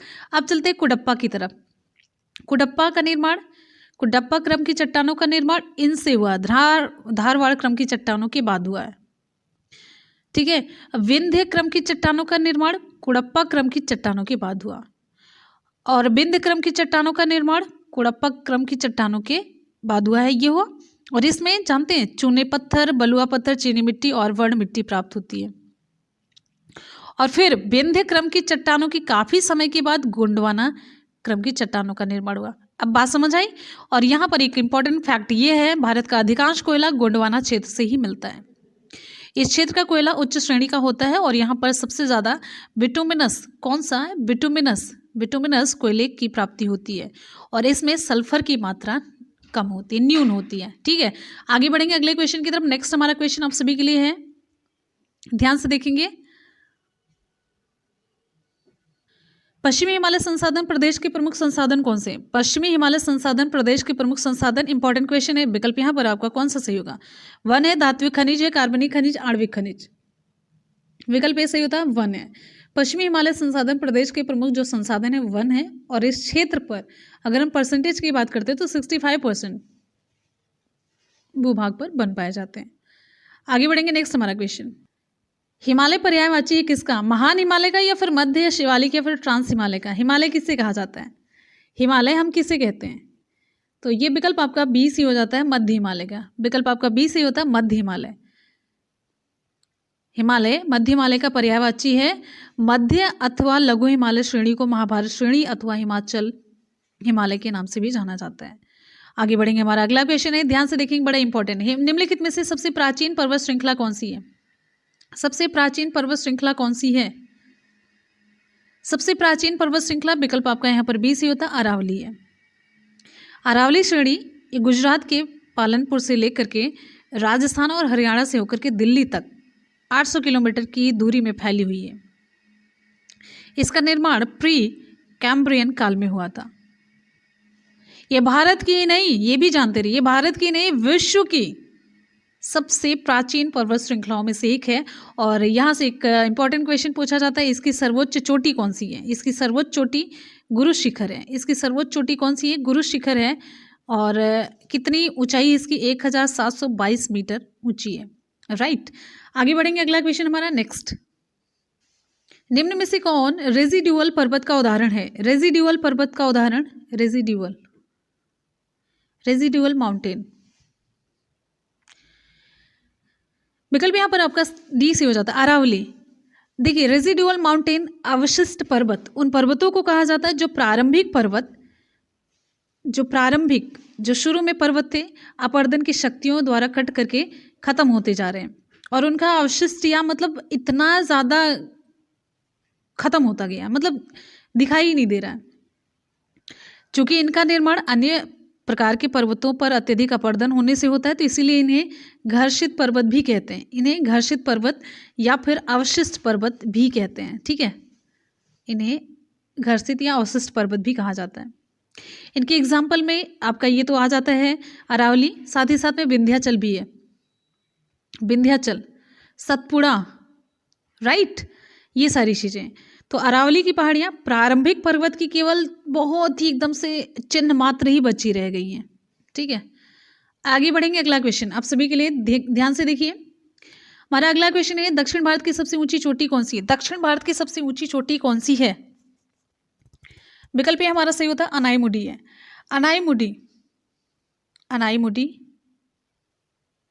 अनाईमुडी ये दक्षिण भारत की सर्वोच्च पर्वत चोटी है और इसकी ऊंचाई 2695 मीटर है। कितनी है? 2695 मीटर है। और ये किस राज्य में स्थित है? कौन सा स्टेट है? तो ये केरल में स्थित है। कहाँ पर है? केरल में, केरल के इदुक्की जिले में। अगर जिले की बात करते हैं तो इदुक्की जिला है।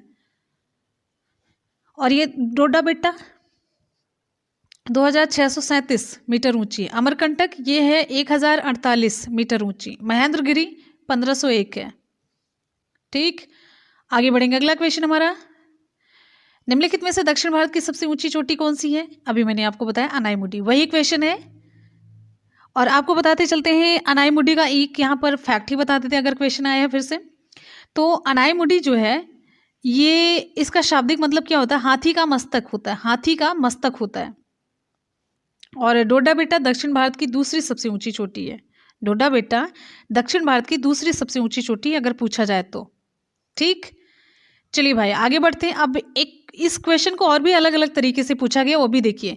भारतीय प्रायद्वीप की सबसे ऊंची चोटी कौन सी है? भारतीय प्रायद्वीप की, अब ध्यान से देखिएगा, भारतीय प्रायद्वीप या फिर वही दक्षिण भारत, तो विकल्प फिर भी आपका यही होगा, विकल्प आपका बी से होता है अनाईमुडी है। राइट, आगे बढ़ेंगे, अगला क्वेश्चन है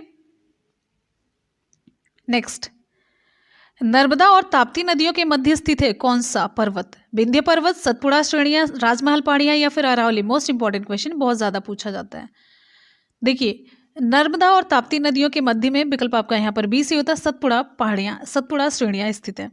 सतपुड़ा रेंज, सतपुड़ा रेंज। ठीक है, और आपको बताते चलते हैं जो सतपुड़ा श्रेणियाँ हैं, सतपुड़ा रेंज, ये दक्कन पठार का भाग है। इनका विस्तार कहाँ कहाँ पर, ये क्वेश्चन पूछा गया है। इनका विस्तार मध्य प्रदेश और महाराष्ट्र में है। इन श्रेणियों के उत्तरी भाग पर नर्मदा नदी और दक्षिणी भाग पर ताप्ती नदी बहती है। तो बीच में ये हुई कि नहीं सतपुड़ा श्रेणी, दोनों नदियों के मध्य में सतपुड़ा श्रेणी है। बहुत इंपॉर्टेंट क्वेश्चन है, बहुत ज़्यादा पूछा जाता है। अगला बहुत इंपॉर्टेंट क्वेश्चन, जहाँ पर पूर्वी घाट और पश्चिमी घाट मिलते हैं वहाँ निम्नलिखित में से कौन सी पहाड़ियाँ अवस्थित है? जहाँ पर पूर्वी घाट और पश्चिमी घाट मिलते हैं वहाँ पर निम्नलिखित में से कौन सी पहाड़ियाँ स्थित हैं?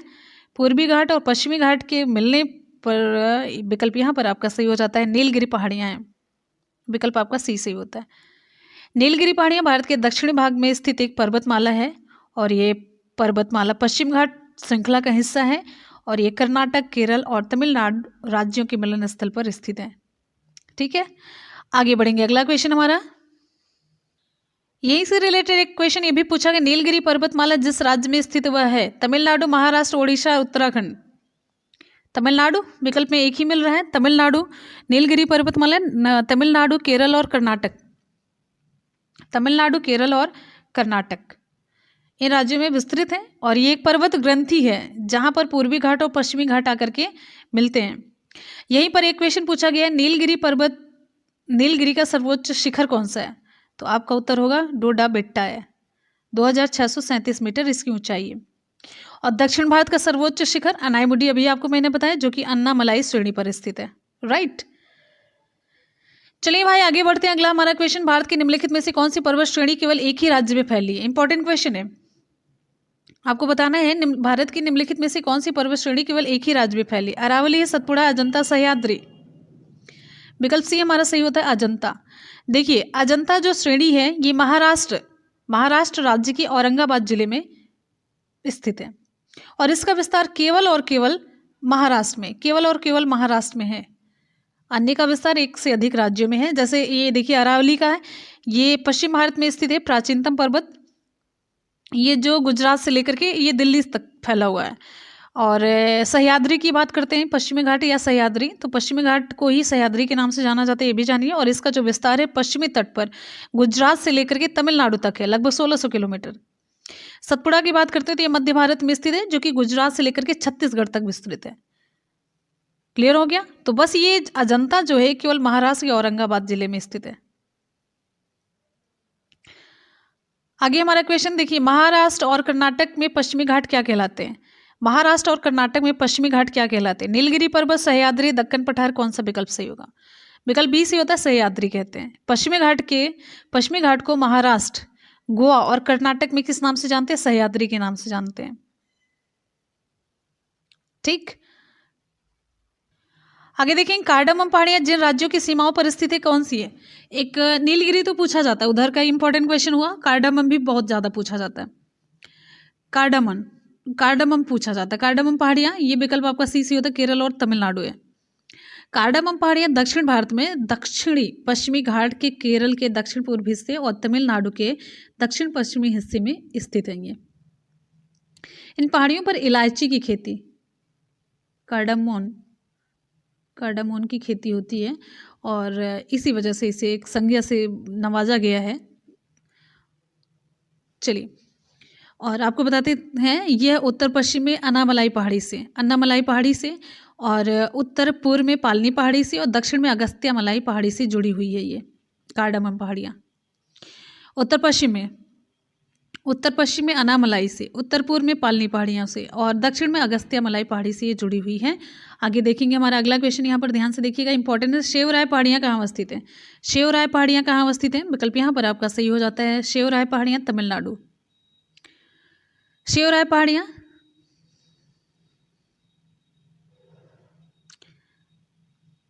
शेवराय हिल्स ये तमिलनाडु में है और तमिलनाडु का प्रसिद्ध हिल स्टेशन यारकॉड इन्हीं पहाड़ियों पर स्थित है।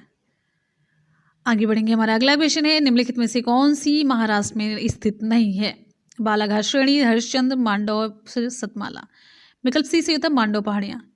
बालाघाट श्रेणी, हरिश्चंद्र श्रेणी और सतमाला पहाड़ियाँ ये महाराष्ट्र में फैली, जबकि ये मांडव जो पहाड़ियाँ ये कहाँ पर हैं? ये गुजरात राज्य में फैली हुई हैं। आगे देखिए, धूपगढ़ चोटी स्थित है। धूपगढ़ चोटी कहाँ पर स्थित है? सतपुड़ा रेंज में। विकल्प ए सही होता है, धूपगढ़ चोटी सतपुड़ा श्रेणी की सबसे ऊंची चोटी है और ये पंचमढ़ी में स्थित है। कहाँ पर है? पंचमढ़ी में स्थित है। नेक्स्ट हमारा क्वेश्चन है, माउंट एवरेस्ट कहाँ है? माउंट एवरेस्ट कहाँ है? माउंट एवरेस्ट कहाँ पर है? विकल्प डी हमारा सही होता है, नेपाल है। माउंट एवरेस्ट विश्व का सर्वोच्च पर्वत शिखर है। इसकी ऊंचाई कितनी है आपको बताना है, जल्दी से बताइए कमेंट करके। कौन सा सबसे ऊंचा पर्वत शिखर है? वही है, विकल्प आपका ए माउंट एवरेस्ट है। अगला क्वेश्चन, प्रथम भारतीय नारी जो एवरेस्ट शिखर पर चढ़ने में सफल हुई थी कौन सी है? प्रथम भारतीय नारी जो एवरेस्ट शिखर पर चढ़ने में सफल हुई थी, विकल्प यहाँ पर आपका सही हो जाता है विकल्प ए, बछेंद्री पाल है। बछेंद्री पाल वह प्रथम भारतीय महिला है जिन्होंने एवरेस्ट शिखर पर चढ़ने में 1984 में सफलता प्राप्त की थी। माउंट एवरेस्ट शिखर पर चढ़ने वाली पहली भारतीय महिला,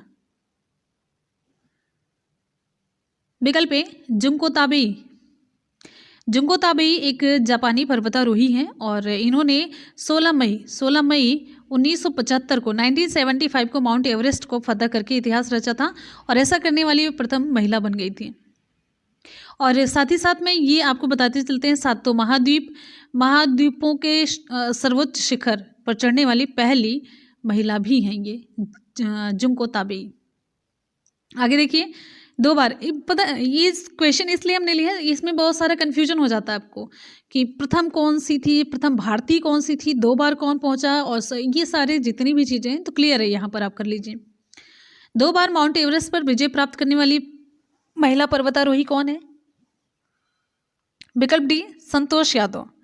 विश्व की सबसे ऊंची चोटी माउंट एवरेस्ट पर सबसे कम समय अंतराल पर दो बार विजय प्राप्त करने वाली महिला पर्वतारोही संतोष यादव हैं और भारत की एवरेस्ट पर चढ़ने वाली द्वितीय महिला हो गई। पहली कौन है अभी आपको मैंने बताया, तो द्वितीय तो अपने आप हो गई, लेकिन दो बार चढ़ने वाली, कम समय अंतराल पर दो बार चढ़ने वाली और विजय प्राप्त करने वाली, ये सबसे कम समय अंतराल पर, तो विश्व की सबसे ऊंची चोटी माउंट एवरेस्ट पर सबसे कम समय अंतराल पर दो बार विजय प्राप्त करने वाली महिला हैं संतोष यादव जी। और साथ ही साथ में आपको बताते चलते हैं, प्रथम महिला पर्वतारोही 1984 में उत्तराखंड की थी बछेंद्री पाल। इन्होंने एवरेस्ट पर झंडा फहरा करके ऐसी प्रथम महिला पर्वतारोही बनने की उपलब्धि हासिल की थी, तो द्वितीय ये बन गई। और आगे बढ़ते हैं, अगला हमारा क्वेश्चन ध्यान से देखिए, एवरेस्ट पर चढ़ने वाली द्वितीय भारतीय महिला कौन सी है? विकल्प सी, संतोष यादव। क्लियर है? आगे बढ़ेंगे, नेक्स्ट हमारा क्वेश्चन, भारत की सर्वोच्च पर्वत चोटी कौन सी है? भारत की सर्वोच्च पर्वत चोटी कौन सी है? भारत की सर्वोच्च पर्वत चोटी, विकल्प ए, K2 गॉडविन ऑस्टिन है। भारत का सर्वोच्च पर्वत शिखर माउंट गॉडविन ऑस्टिन या फिर K2 कहते हैं, ये किस पर है? काराकोरम श्रेणी पर स्थित है। समुद्र तल से इसकी ऊंचाई की बात करते हैं तो 8,611 मीटर है और ये जो K2 है ना, पाक अधिकृत भारतीय भूभाग में अवस्थित है। भारतवर्ष की सबसे ऊंची चोटी कौन सी है? भारतवर्ष की सबसे ऊंची चोटी यही K2 है, गॉडविन ऑस्टिन। नेक्स्ट हमारा क्वेश्चन, भारत का सबसे ऊंचा पर्वत शिखर कौन सा है? भारत का सबसे ऊंचा पर्वत शिखर कौन सा है? यहां पर हमारा विकल्प सही हो जाता है, भारत का सबसे ऊंचा पर्वत शिखर,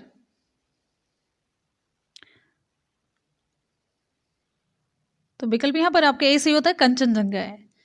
हिमालय पर्वत श्रेणी के पर्वतों की ऊंचाई और देश का कुछ हम पॉइंट आपको बताते हैं, जैसे कि माउंट एवरेस्ट कहाँ पर है? माउंट एवरेस्ट नेपाल में है। गॉडविन ऑस्टिन ये भारत में है। कंचनजंगा ये भारत और नेपाल दोनों में। मकालू नेपाल में, ठीक है। तो गॉडविन ऑस्टिन तो भारत की सर्वोच्च पर्वत चोटी, लेकिन गॉडविन ऑस्टिन तो है नहीं ना विकल्प में, तो कंचनजंगा की तरफ बढ़ेंगे, विकल्प आपका ऐसे ही होता है। हिमालय की ऊंची चोटी कंचनजंगा कहाँ पर स्थित है? हिमालय की ऊंची चोटी कंचनजंगा कहाँ पर स्थित है? अभी मैंने आपको बताया कंचनजंगा भारत और नेपाल दोनों में, तो नेपाल हो गया, भारत में ये सिक्किम है, तो बी और सी विकल्प यहाँ पर आपका सही होता है। आगे बढ़ेंगे, अगला क्वेश्चन पूछा जा रहा है आपसे, ये रहा, निम्न में से सही क्रम आपको बताना है, सही क्रम कौन सा होगा? चलिए ध्यान से देख लीजिए, ध्यान से देखेंगे। तो पहले माउंट एवरेस्ट हो गया, गॉडविन ऑस्टिन, फिर कंचनजंगा, अभी कब से आपको बता रहे हैं, राइट। आगे बढ़ते हैं, अगला क्वेश्चन है, नंदा देवी चोटी कहाँ, किसका भाग है? नंदा देवी चोटी ये आपका विकल्प बी सी होता है, गढ़वाल हिमालय का भाग है, विकल्प आपका बी सी होता है, गढ़वाल हिमालय है। नंदा देवी भारत की तीसरी सर्वोच्च चोटी है, किसके बाद? K2 के बाद, K2 जो 8,611 मीटर है, और उसके बाद ये कंचनजंगा 8,598 मीटर, इसके बाद इसका नंबर आता है नंदा देवी चोटी का, इसकी ऊंचाई 7,816 है और ये गढ़वाल हिमालय का भाग है, ये जानते रहिए। नंदा देवी स्थित है कहाँ पर? नंदा देवी, ये नंदा देवी उत्तराखंड में है, गढ़वाल हिमालय, तो नंदा देवी उत्तराखंड में हुआ। नंदा देवी शिखर बृहद हिमालय पर्वत श्रृंखला में स्थित है और भारत के उत्तराखंड राज्य में स्थित है। भारत की तीसरी सर्वोच्च चोटी है, जो कि अभी मैंने आपको बताया। और ये पूरा नंदा जो क्षेत्र है ना, नंदा देवी राष्ट्रीय उद्यान घोषित किया जा चुका है और यूनेस्को द्वारा 1988 में इसे प्राकृतिक महत्व की विश्व धरोहर के रूप में भी संरक्षित किया जा चुका है। देखिए, सारे इंपॉर्टेंट क्वेश्चन हम यहाँ पर कवर कर लेंगे। गुरु शिखर पर्वत चोटी कौन से राज्य में अवस्थित है? गुरु शिखर पर्वत चोटी कौन से राज्य में अवस्थित है? गुरु शिखर विकल्प यहाँ पर आपका ए हो जाता है, राजस्थान है। गुरु शिखर राजस्थान में स्थित है और ये आपको बताते चलते हैं। गुरु शिखर ये राजस्थान का एक जिला है जिसका नाम है सिरोही जिला। तो सिरोही जिले में अरावली पर्वत की सर्वोच्च चोटी है। अरावली पर्वत की सर्वोच्च चोटी है और इसके समुद्र तल से जो ऊंचाई 1722 मीटर है। अगला क्वेश्चन है हमारा। अगला क्वेश्चन आप सभी की स्क्रीन पर ये रहा। निम्नलिखित में से कौन सा एक अरावली का उच्चतम शिखर है? उच्चतम शिखर, अरावली का उच्चतम शिखर कौन सा है? विकल्प सी हो जाता है, कुंभलगढ़ है। अरावली का सर्वोच्च शिखर वैसे है गुरु शिखर, जानते हैं आप, गुरु शिखर है 1722 मीटर, जो कि विकल्प में नहीं है। तो दिए गए शिखरों में सबसे ऊंचा जो है कुंभलगढ़ का है, 1244 मीटर है। तो ये सभी क्वेश्चन ना टफ क्वेश्चंस हैं। तो टफ ऐसे हैं कि नहीं तो ये गुरु शिखर डायरेक्टली पूछ लिया जाता है, नहीं पूछा गया तो अब यहाँ पर हमें जानकारी होगी तभी हम बता पाएंगे, राइट। क्वेश्चन है, गोविंद बल्लभ पंत सागर जलाशय स्थित है कहाँ पर? उत्तर प्रदेश में, छत्तीसगढ़, झारखंड या उत्तराखंड? ऑप्शन यहाँ पर हमारा ए सही हो जाता है, उत्तर प्रदेश में। आपको बता दें, जो रिहंद परियोजना है इसी को हम गोविंद बल्लभ पंत सागर परियोजना कहते हैं। तो ये उत्तर प्रदेश में स्थित है। ये राज्य है उत्तर प्रदेश। अगर हम जिले की बात करते हैं तो किस जिले में है? उत्तर प्रदेश के किस जिले में है? तो ये जिला है सोनभद्र, ठीक है। अब सोनभद्र जिले में कहाँ पर बनाया गया है, ये भी क्वेश्चन इंपॉर्टेंट होता है, ठीक है। चलिए आपको बताते हैं, ये सोनभद्र जिले में पिपरी नामक स्थान है। कहाँ पर है? पिपरी नामक स्थान पर रिहंद नदी पर। नदी कौन सी है? रिहंद नदी पर ये निर्मित है, ठीक है। और आपको बता दें, इस बांध की पृष्ठभूमि में 130 वर्ग किलोमीटर क्षेत्र में एक कृत्रिम झील गोविंद बल्लभ पंत सागर का निर्माण किया गया है। और आपको बता दें, ये उत्तर प्रदेश की सबसे बड़ी परियोजना भी है। इतने क्वेश्चन आपके यहाँ पर तैयार हो जाते हैं। अगले क्वेश्चन पर चलते हैं। नेक्स्ट हमारा क्वेश्चन आप सभी के लिए है, तुलबुल परियोजना का संबंध है किस नदी से? ब्यास, रावी, झेलम या सतलज? ऑप्शन यहाँ पर हमारा सही हो जाता है ऑप्शन सी, झेलम नदी से। ऑप्शन सी सही हो जाता है, झेलम नदी। तुलबुल परियोजना का संबंध झेलम नदी से है। तुलबुल परियोजना सिंधु की सहायक नदी। तुलबुल परियोजना, ऑप्शन यहाँ पर सी सही हो जाता है। तो तुलबुल जो परियोजना है, सिंधु नदी की सहायक है ये झेलम नदी, इस पर बनी है। भारत पाकिस्तान के मध्य विवाद वाली ये परियोजना है। मुख्यतः नौ परिवहन की सुविधा के लिए ये निर्मित की गई है। नौ परिवहन की सुविधा के लिए बनाई गई है और भारत और पाकिस्तान के बीच की ये विवादास्पद परियोजना है, ठीक है। और आपको यहाँ पर बताते चलते हैं, नाथपा झाकड़ी ये जो परियोजना है ये किस पर निर्मित है? ये सतलज नदी पर निर्मित है और ये हिमाचल प्रदेश के किन्नौर जिले में स्थित है। कहाँ पर है? हिमाचल प्रदेश के किन्नौर जिले में। अब रावी नदी पर आपको बताते हैं, सतलज हो गया, झेलम आपने देखा है, रावी नदी। तो थीन बांध परियोजना ये रावी नदी पर स्थित है। ये पंजाब राज्य की प्रमुख सिंचाई और जल विद्युत परियोजना है। ब्यास नदी से ब्यास परियोजना, ठीक है। तो ब्यास परियोजना जो है, ब्यास और सतलज नदी के संगम से कुछ ऊपर, तो मतलब ब्यास परियोजना जो है ब्यास और सतलज नदी के कुछ ऊपर हरिके नामक स्थान पर स्थित है। हरिके नामक स्थान पर ये निर्मित है। ये पंजाब, हरियाणा और राजस्थान की संयुक्त परियोजना है। ध्यान दीजिएगा, इंपॉर्टेंट क्वेश्चन आपको हम बता रहे हैं। ये सारे जितने भी हैं आप पूछे गए हैं वो हम आपको बता रहे हैं, ठीक है।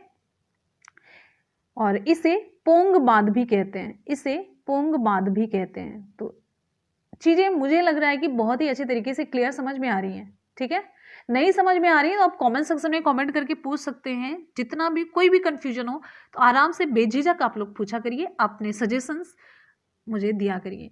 सारी चीज़ें अच्छे तरीके से, कुछ भी करिए, मेरी मतलब कमियों को भी निकालिए, तरीका अच्छा होना चाहिए, आपकी भाषा अच्छी होनी चाहिए, एक मर्यादित भाषा का प्रयोग करिए।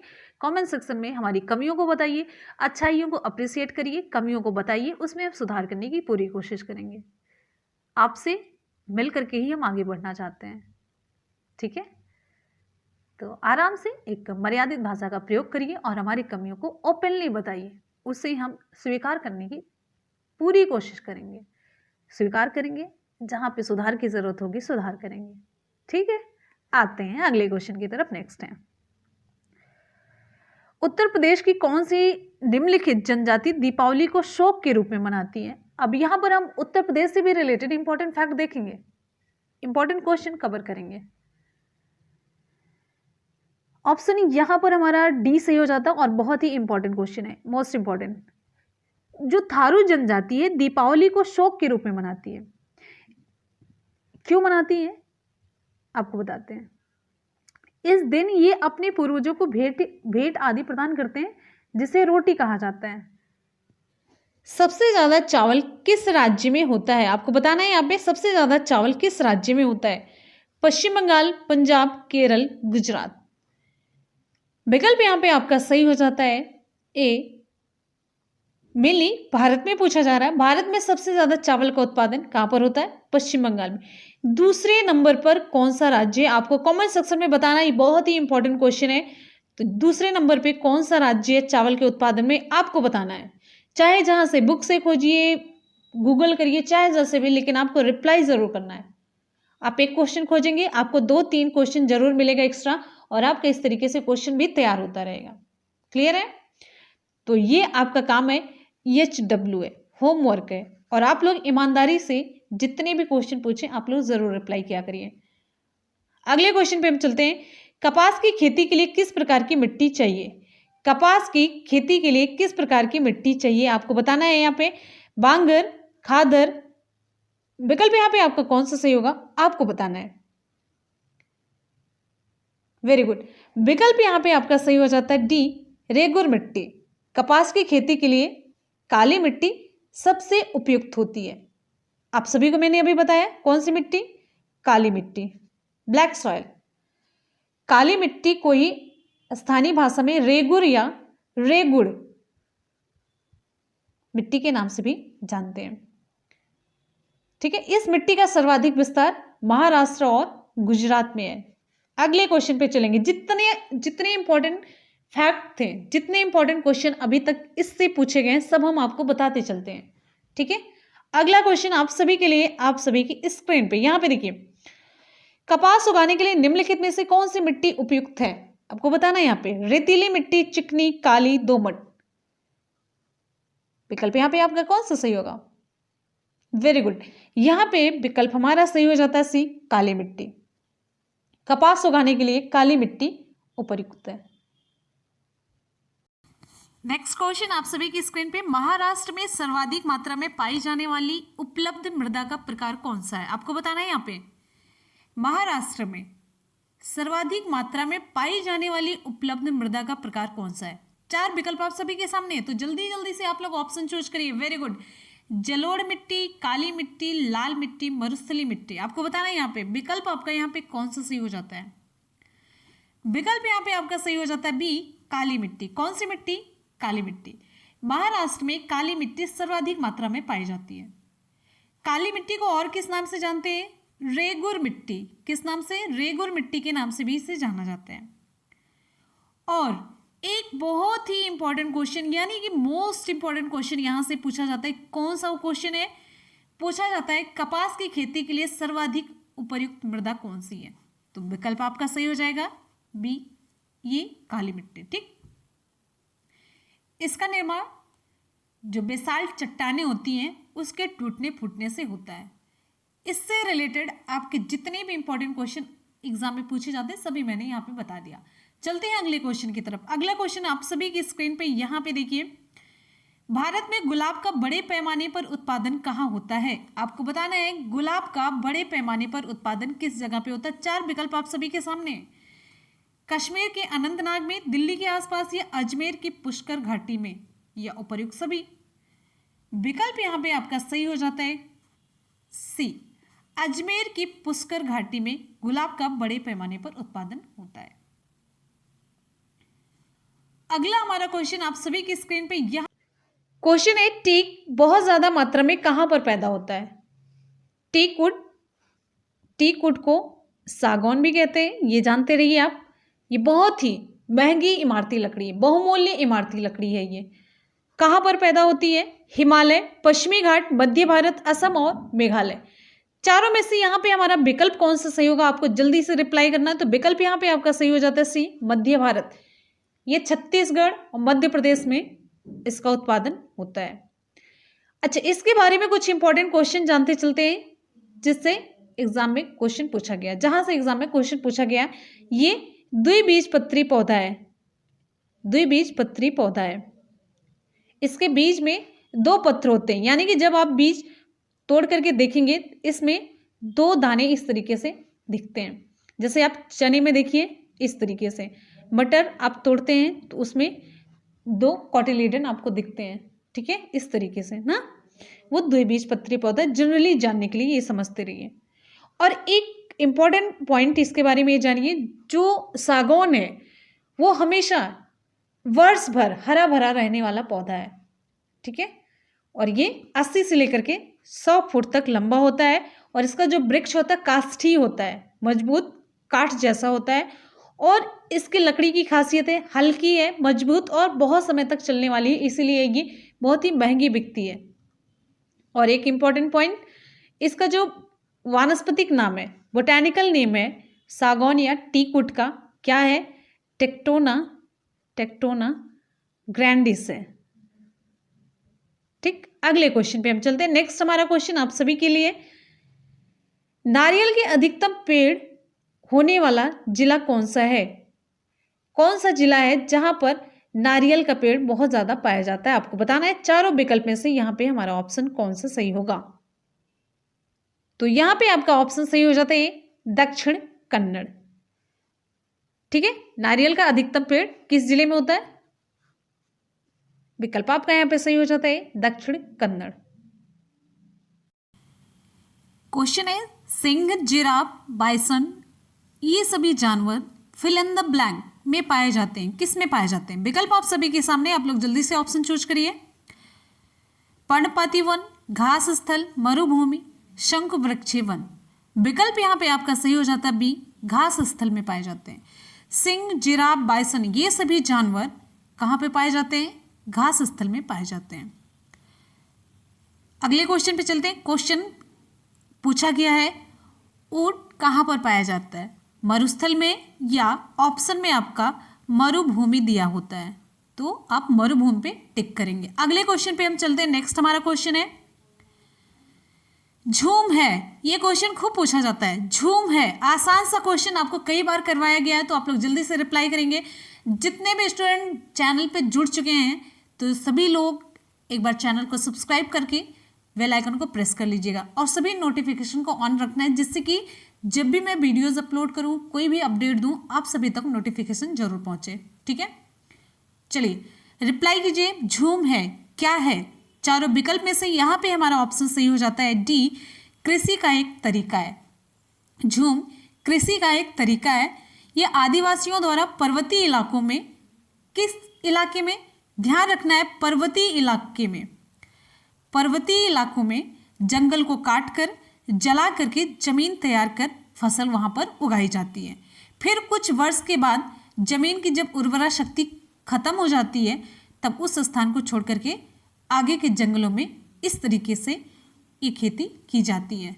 पर्वतीय क्षेत्रों में भूमि को साफ किया जाता है, फिर यहाँ पे खेती की जाती है, और इस भूमि की अगर उर्वरा शक्ति खत्म हो गई तो दूसरी जगह पर जाकर के कृषि की जाती है। और इस तरीके की कृषि को क्या कहते हैं? झूम खेती, चल चल करके जो खेती की जा रही है। अगले क्वेश्चन पे हम चलते हैं। नेक्स्ट हमारा क्वेश्चन है, निम्नलिखित में से कौन सा शहर अंगूरों की पैदावार के लिए प्रसिद्ध है? आपको बताना है यहाँ पे, जल्दी से आप लोग रिप्लाई करिए। नासिक, नागपुर, सोलापुर, उज्जैन। Very good. विकल्प यहाँ पे आपका सही हो जाता है ए, नासिक। कहाँ पर? नासिक में। नासिक अंगूर की पैदावार के लिए प्रसिद्ध है। चारों विकल्प में से यहाँ पे आपका ऑप्शन सही हो जाता है नासिक। अंगूर की खेती किसके अंतर्गत होती है? ये क्वेश्चन आपके एग्जाम में पूछा गया, तो उत्तर आपका सही हो जाएगा विटिकल्चर। विटिकल्चर के अंतर्गत अंगूर की खेती होती है। ध्यान दीजिएगा, इंपॉर्टेंट पॉइंट आपको मैंने ये बताया, ठीक। नागपुर मौसमी फल के लिए प्रसिद्ध है। किस फल के लिए? मौसमी फल के लिए प्रसिद्ध है नागपुर। अगले क्वेश्चन पे हम चलते हैं। नेक्स्ट हमारा क्वेश्चन आप सभी की स्क्रीन पे यहाँ पे देखने को मिल रहा है। निम्नलिखित में से लैटराइट मिट्टी कहाँ पाई जाती है? निम्नलिखित में से लैटराइट मिट्टी कहाँ पाई जाती है? आपको बताना है लैटराइट मिट्टी कहाँ पर पाई जाती है। तमिलनाडु, कर्नाटक, उड़ीसा, उपर्युक्त सभी। विकल्प यहाँ पे आपका सही हो जाता है डी, उपर्युक्त सभी। लैटराइट मिट्टी उपरोक्त सभी राज्यों में पाई जाती है। लैटराइट मिट्टी से रिलेटेड कुछ इंपॉर्टेंट फैक्ट आपको जानना चाहिए जो एग्जाम में पूछा गया। लैटराइट मिट्टी में आयरन और सिलिका की बहुलता होती है। किसकी? आयरन, आयरन का संकेत Fe, और सिलिका की बहुलता होती है Si, इसका संकेत, ठीक है। आयरन का Fe और सिलिका का Si संकेत होता है, और हिंदी आप लोग सुन रहे हैं। ध्यान रखना है आपको, लैटराइट मिट्टी में आयरन और सिलिका की बहुलता होती है, प्रचुरता होती है, बहुत ज़्यादा मात्रा में पाया जाता है। और ये क्वेश्चन ये पूछा गया है, लैटराइट मिट्टी में किसकी पैदावार अधिक होती है या किसकी खेती के लिए उपयुक्त मिट्टी होती है? तो चाय और इलायची की खेती के लिए ये सर्वाधिक उपयुक्त मिट्टी होती है। ध्यान दीजिएगा, क्या? चाय और इलायची, ठीक। अगले क्वेश्चन पे हम चलेंगे। नेक्स्ट हमारा क्वेश्चन है, जितने भी स्टूडेंट वीडियो को देख रहे हैं फटाफट से आप सभी लोग अच्छे से प्यार से वीडियो को लाइक और शेयर करते रहिए। दोस्तों में शेयर ज़रूर कीजिएगा, उनके व्हाट्सएप पर, फेसबुक पेज पर जरूर। एक स्टूडेंट कम से कम 5 लोगों में शेयर ज़रूर करेगा, ठीक है। क्वेश्चन है, निम्नलिखित में से कौन सी नदी बंगाल की खाड़ी में नहीं गिरती है? पूछा जा रहा है कि कौन सी नदी बंगाल की खाड़ी में नहीं गिरती। आपको बताना है। 4 विकल्प आप सभी के सामने, चारों में से यहाँ पे हमारा ऑप्शन कौन सा सही हो जाता है? Very good. आप लोग जल्दी जल्दी से रिप्लाई करते रहिएगा, जिससे मुझे पता चल सके कि आप लोग कितने एक्टिव हैं, कितने एनर्जेटिक हैं। तो जल्दी जल्दी से रिप्लाई करते रहिए, फास्ट रिप्लाई, ठीक है। तो चलिए, ऑप्शन यहाँ पे आपका सही हो जाता है बी, ताप्ती या तापी ऑप्शन में रहे तो भी सही होगा। ताप्ती या तापी नदी बंगाल की खाड़ी में नहीं गिरती है। ताप्ती, नर्मदा, माही, पेरियार, ये सभी नदियां किस में गिरती हैं? अरब सागर में। इनसे क्वेश्चन खूब पूछा जाता है। ताप्ती, नर्मदा, माही, पेरियार, ये सभी नदियां कहाँ पर गिरती? अरब सागर में। और इन सभी नदियों से रिलेटेड क्वेश्चन पूछा गया कि ये कहाँ पर गिरती हैं। अरब सागर में गिरने वाली नदियां डेल्टा ना बना करके क्या बनाती हैं? एस्चुरी का निर्माण करती हैं। आपको मैंने पहले भी बताया, जो अरब सागर में नदियां गिरती हैं वो डेल्टा का निर्माण नहीं करती हैं। वो किसका निर्माण करती हैं? एस्चुरी का निर्माण करती हैं। और इसमें कौन कौन सी नदियां हैं जो डेल्टा नहीं बनाती? ऐसे भी क्वेश्चन पूछा जाएगा। तो जो अरब सागर में गिरती हैं वो डेल्टा नहीं बनाती, जैसे नर्मदा हुआ, ताप्ती हुआ, माही हुआ, पेरियार हुआ, जो अभी मैंने नाम लिया। अगले क्वेश्चन पे हम चलते हैं। नेक्स्ट हमारा क्वेश्चन, निम्नलिखित में से कौन सी नदी है जो बंगाल की खाड़ी में मिलती है? ठीक है, बताना है। चंबल, ताप्ती, महानदी, माही। विकल्प यहाँ पे आपका कौन सा सही हो जाता है? विकल्प यहाँ पे आपका सही हो जाता है सी, महानदी। महानदी बंगाल की खाड़ी में गिरती है, मिलती है यानी कि गिरती है। कुछ इंपॉर्टेंट पॉइंट हम आपको जो साथ साथ में बताते चलते हैं, क्वेश्चन से ज़्यादा इंपॉर्टेंट होता है, उस पर भी आप लोग पूरा ध्यान दिया करिए। गंगा, ब्रह्मपुत्र, गोदावरी, कावेरी नदियां बंगाल की खाड़ी में गिरती हैं। कौन कौन सी? गंगा, ब्रह्मपुत्र, गोदावरी, कावेरी, ये सभी नदियां बंगाल की खाड़ी में गिरती हैं। और बंगाल की खाड़ी में गिरने वाली नदियां मुहाने पर डेल्टा का निर्माण करती हैं। ये सभी नदियां किसका निर्माण करती हैं? डेल्टा का। कौन कौन सी? गंगा, ब्रह्मपुत्र, गोदावरी और कावेरी। ठीक है, अगले क्वेश्चन पे हम चलेंगे। नेक्स्ट है चंबल यमुना की सहायक नदी। ये क्वेश्चन आपके एग्जाम में पूछा गया है। अगला हमारा क्वेश्चन आप सभी की स्क्रीन पे यहाँ पे देखिए, राजस्थान नहर पानी प्राप्त करता है किससे? राजस्थान नहर किससे पानी प्राप्त करता है, किस नदी से? सतलज, ब्यास, चंबल, रावी। विकल्प यहाँ पे आपका कौन सा सही होगा? विकल्प यहाँ पे आपका सही हो जाता है ए, सतलज नदी से। राजस्थान नहर अथवा इसको इंदिरा गांधी नहर भी कहते हैं। क्या, कौन सी नहर? इंदिरा गांधी नहर।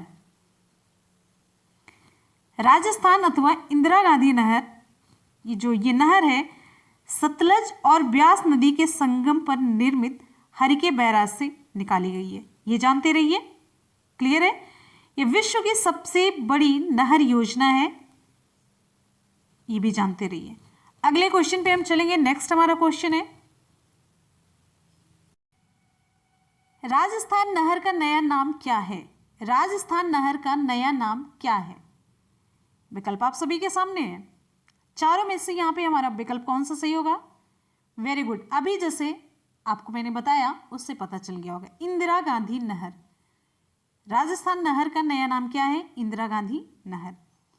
अगले क्वेश्चन पे हम चलेंगे। अगला हमारा क्वेश्चन है, क्वेश्चन आप सभी की स्क्रीन पे, निम्नलिखित में से कौन से दो राज्य कावेरी जल विवाद से संबंधित हैं? आपको बताना है कौन से दो राज्य हैं जो कावेरी जल विवाद से संबंधित हैं। विकल्प आप सभी के सामने है। विकल्प यहां पे आपका सही हो जाता है कर्नाटक और तमिलनाडु। कावेरी जल विवाद से संबंधित ऑप्शन यहां पे आपका पहला सही हो जाता है। ये दो राज्य कर्नाटक और तमिलनाडु हैं। धूमकेतु किसके गिर्द प्रक्रमण करते हैं? पृथ्वी, सूर्य, शुक्र, बृहस्पति। ऑप्शन यहां पे हमारा सही हो जाता है, ऑप्शन हमारे यहां पे कौन सा सही होता है? सूर्य। ठीक है, अगला क्वेश्चन है, धूमकेतु क्या होते हैं? धूमकेतु सौरमंडल में पत्थर, धूल, बर्फ और गैस के बने हुए छोटे छोटे पिंड होते हैं। तो ये ऑप्शन हमारे यहां पे सही होता है सूर्य का। ठीक है, अगला क्वेश्चन है, निम्नलिखित में से कौन सा सौर परिवार से संबंधित नहीं है? कौन सा सौर परिवार से संबंधित नहीं है? क्षुद्र ग्रह, धूमकेतु ग्रह, निहारिका। ऑप्शन यहाँ पे हमारा सही हो जाता है D, Niharika. Most important question था ये, मोस्ट इंपॉर्टेंट। हम आप लोगों को जब एससीईआरटी पढ़ा रहे थे तो उसमें बताए थे। अगला क्वेश्चन आप सभी की स्क्रीन पे, पल्सर होते हैं। पल्सर क्या होते हैं? पृथ्वी की ओर जा रहे तारे, पृथ्वी से दूर जा रहे तारे, तेजी से घूमने वाले तारे, उच्च तापमान वाले तारे। ऑप्शन यहाँ पे हमारा कौन सा सही होता है? वेरी गुड, यहाँ पे हमारा ऑप्शन सही हो जाता है सी, तेजी से घूमने वाले तारे। पल्सर तेजी से घूमने वाले तारे होते हैं। अगला क्वेश्चन है, पृथ्वी सूर्य से अपनी अधिकतम दूरी पर होती है। कब दूरी पर होती है? अधिकतम दूरी पर। पृथ्वी सूर्य से अपनी अधिकतम दूरी पर कब होती है? 30 जनवरी को, 22 दिसंबर को, 22 सितंबर, 4 जुलाई। ऑप्शन यहाँ पे हमारा सही होता है 4 जुलाई को। पृथ्वी 4 जुलाई को सूर्य से अधिकतम दूरी पर होती है, जबकि यहाँ पे आप सभी को बता दें 3 जनवरी को न्यूनतम दूरी पर होती है। जब अधिकतम दूरी पर होती है तो इसे कहते हैं अपहेलियन, अपसौर, और जब न्यूनतम दूरी पर होती है उसे कहते हैं पेरीहेलियन, उपसौर। ठीक है, सामान्यतः इस जो ये परिघटना होती है इसकी तिथि यही रहती है, लेकिन उनमें थोड़ा बहुत परिवर्तन हो सकता है। अगला क्वेश्चन है, पृथ्वी घंटे की अवधारणा कब और कहां शुरू की गई? विकल्प आप सभी के सामने है। पृथ्वी घंटे की अवधारणा, अर्थ आवर। ऑप्शन यहां पे हमारा सही हो जाता है डी, मार्च 2007 में सिडनी, ऑस्ट्रेलिया में। 2007 में सिडनी, ऑस्ट्रेलिया से इसकी शुरुआत हुई। अर्थ आवर WWF द्वारा आयोजित किया जाने वाला एक वैश्विक अभियान है जो प्रत्येक वर्ष मार्च के अंतिम शनिवार को 8:30 PM से 9:30 PM तक मनाया जाता है। अगला क्वेश्चन है, सुपरनोवा क्या है? सुपरनोवा क्या है? वेरी गुड, ऑप्शन यहाँ पे हमारा कौन सा सही होगा? ऑप्शन यहाँ पे हमारा सही होता है सी, विस्फोटी तारा। सुपरनोवा क्या है? विस्फोटी तारा है ये। सुपरनोवा विस्फोटी तारा का उदाहरण है। ठीक है। अगला क्वेश्चन है, यहाँ पर दिन और रात एक समान होते हैं, ध्रुव पर, प्रमुख यामोत्तर, अंटार्कटिका, भूमध्य रेखा पर। ऑप्शन यहाँ पे हमारा सही होता है डी, मोस्ट इंपॉर्टेंट क्वेश्चन है, मोस्ट इंपॉर्टेंट क्वेश्चन है। यहाँ पर दिन और रात एक समान होते हैं क्योंकि इसे प्रकाश वृत्त हमेशा दो बराबर भागों में बांटता है। ऑप्शन यहाँ पे हमारा सही होता है डी। अगला क्वेश्चन है, दिन और रात बनते हैं कैसे, किस कारण से बनते हैं? पृथ्वी की कक्षा की आकृति के कारण, परिक्रमण की गति के कारण, घूर्णन की गति के कारण, उपर्युक्त में से कोई नहीं। ऑप्शन हमारे यहाँ पे कौन सा सही होता है? ऑप्शन सही होता है सी, घूर्णन की गति के कारण। निम्नलिखित में से किस वाद में उच्चतम न्यायालय ने धारणा प्रस्तुत की कि उद्देश्य का संविधान का भाग है? कौन सा विकल्प आपका सही होगा? निम्नलिखित में से किस वाद में उच्चतम न्यायालय ने धारणा प्रस्तुत की कि उद्देश्य का संविधान का भाग है? विकल्प आपका यहाँ पर सही हो जाता है विकल्प सी है, केशवानंद भारती बनाम केरल राज्य। केशवानंद भारती बनाम केरल राज्य के मामले में उच्चतम न्यायालय ने यह निर्धारित किया कि ये उद्देश्य का जो है संविधान का भाग है। अगला क्वेश्चन हमारा है, भारतीय संविधान का फिल इन द ब्लैंक को यह अधिकार देता है, मतलब कौन सा अनुच्छेद यह अधिकार देता है कि, यहाँ पर होगा फिल इन द ब्लैंक, भारतीय संविधान का कौन सा अनुच्छेद संसद को यह अधिकार देता है, का के बाद फिल इन द ब्लैंक है, संसद को यह अधिकार देता है कि उपयुक्त कानून बनाकर नए राज्य बना सके और वर्तमान राज्यों के इलाकों, सीमाओं और नामों में परिवर्तन कर सके। कौन सा ऐसा अनुच्छेद है? विकल्प डी से होता है अनुच्छेद 3 है। तो भारतीय संविधान का अनुच्छेद 3 संसद को अधिकार देता है कि वह उपयुक्त कानून बना करके नए राज्य बना सके और वर्तमान राज्यों के इलाकों, सीमाओं और नामों में परिवर्तन कर सके। ठीक है, चलिए आगे बढ़ेंगे। हमारा अगला क्वेश्चन है, निम्नलिखित में से किस पद्धति से किसी भारतीय व्यक्ति की नागरिकता रद्द नहीं हो सकती है? किस पद्धति से किसी भारतीय व्यक्ति की नागरिकता रद्द नहीं हो सकती है? त्याग है, समाप्ति, वंचन या फिर देशीकरण? विकल्प आपका यहाँ पर डी से हो जाता है, देशीकरण से किसी भारतीय व्यक्ति की नागरिकता रद्द नहीं हो सकती। और भारतीय संविधान के भाग दो में अनुच्छेद 5 से लेकर के 11 तक नागरिकता से संबंधित प्रावधानों का उल्लेख है। और भारत में कैसी नागरिकता है? एकल नागरिकता है। तो नागरिकता का परित्याग करने पर, समाप्ति व वंचित किए जाने पर भारत की नागरिकता रद्द हो सकती है।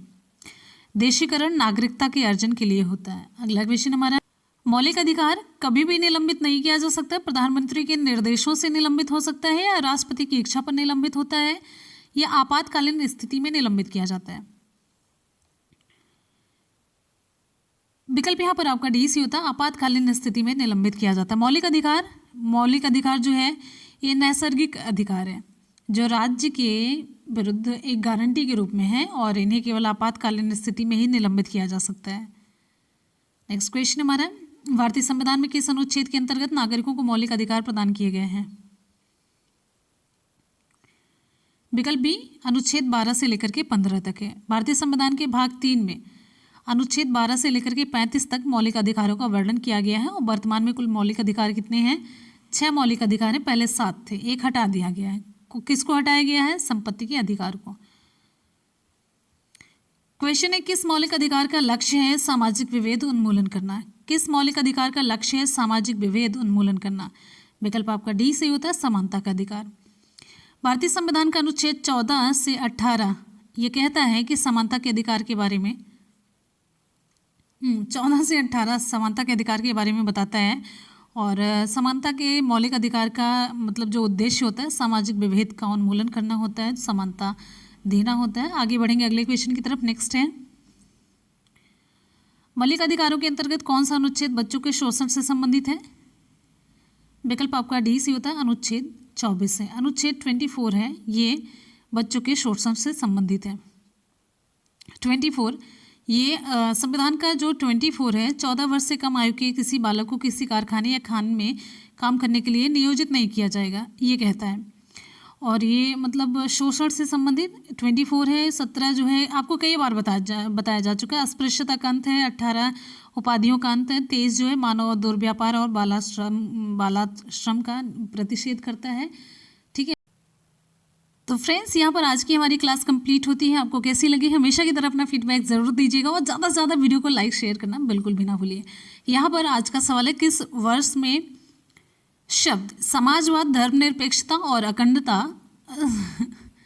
आज का सवाल है, किस वर्ष में शब्द समाजवाद, धर्मनिरपेक्षता और अखंडता संविधान की प्रस्तावना में शामिल किए गए थे? 1952, 66, 50 या फिर 76? कौन सा विकल्प आपका सही होगा? जब कॉन्टिन्यूसली आप बोलते रहिए ना तो थोड़ा सा टंग ट्विस्ट करी जाती है। तो चलिए आप बताइएगा कमेंट सेक्शन में और फटाफट से आप लोग रिप्लाई कीजिएगा। और वीडियो पसंद आए तो दिल से वीडियो को लाइक किए बिना नहीं जाइएगा, वीडियो को ज़्यादा से ज़्यादा शेयर कीजिएगा बस। बाकी मोटिवेशन तो हमारे अंदर कूट कूट के भरा है और ज़्यादा बढ़ जाता है, हिम्मत आ जाती है, फिर लगता है नहीं कि आप लोगों ने मेरे काम को सराहा है। तो चलते हैं फिर, इसी के साथ ही मिलेंगे फिर नेक्स्ट वीडियो में। आप लोग पढ़ते रहिए, मेहनत करते रहिए, सफलता ज़रूर मिलेगी एकदम से। आपके अंदर ना जोश कभी कम नहीं होना चाहिए तब तक, जब तक कि आपका लक्ष्य आपको मिल ना जाए। पढ़ते रहिए, मेहनत करते रहिए, सफलता जरूर मिलेगी। इसी के साथ ही मिलते हैं फिर नेक्स्ट वीडियो में। तब तक के लिए good bye and take care. Thank you so much, love you all, bye bye and take care. जय हिंद, वंदे मातरम।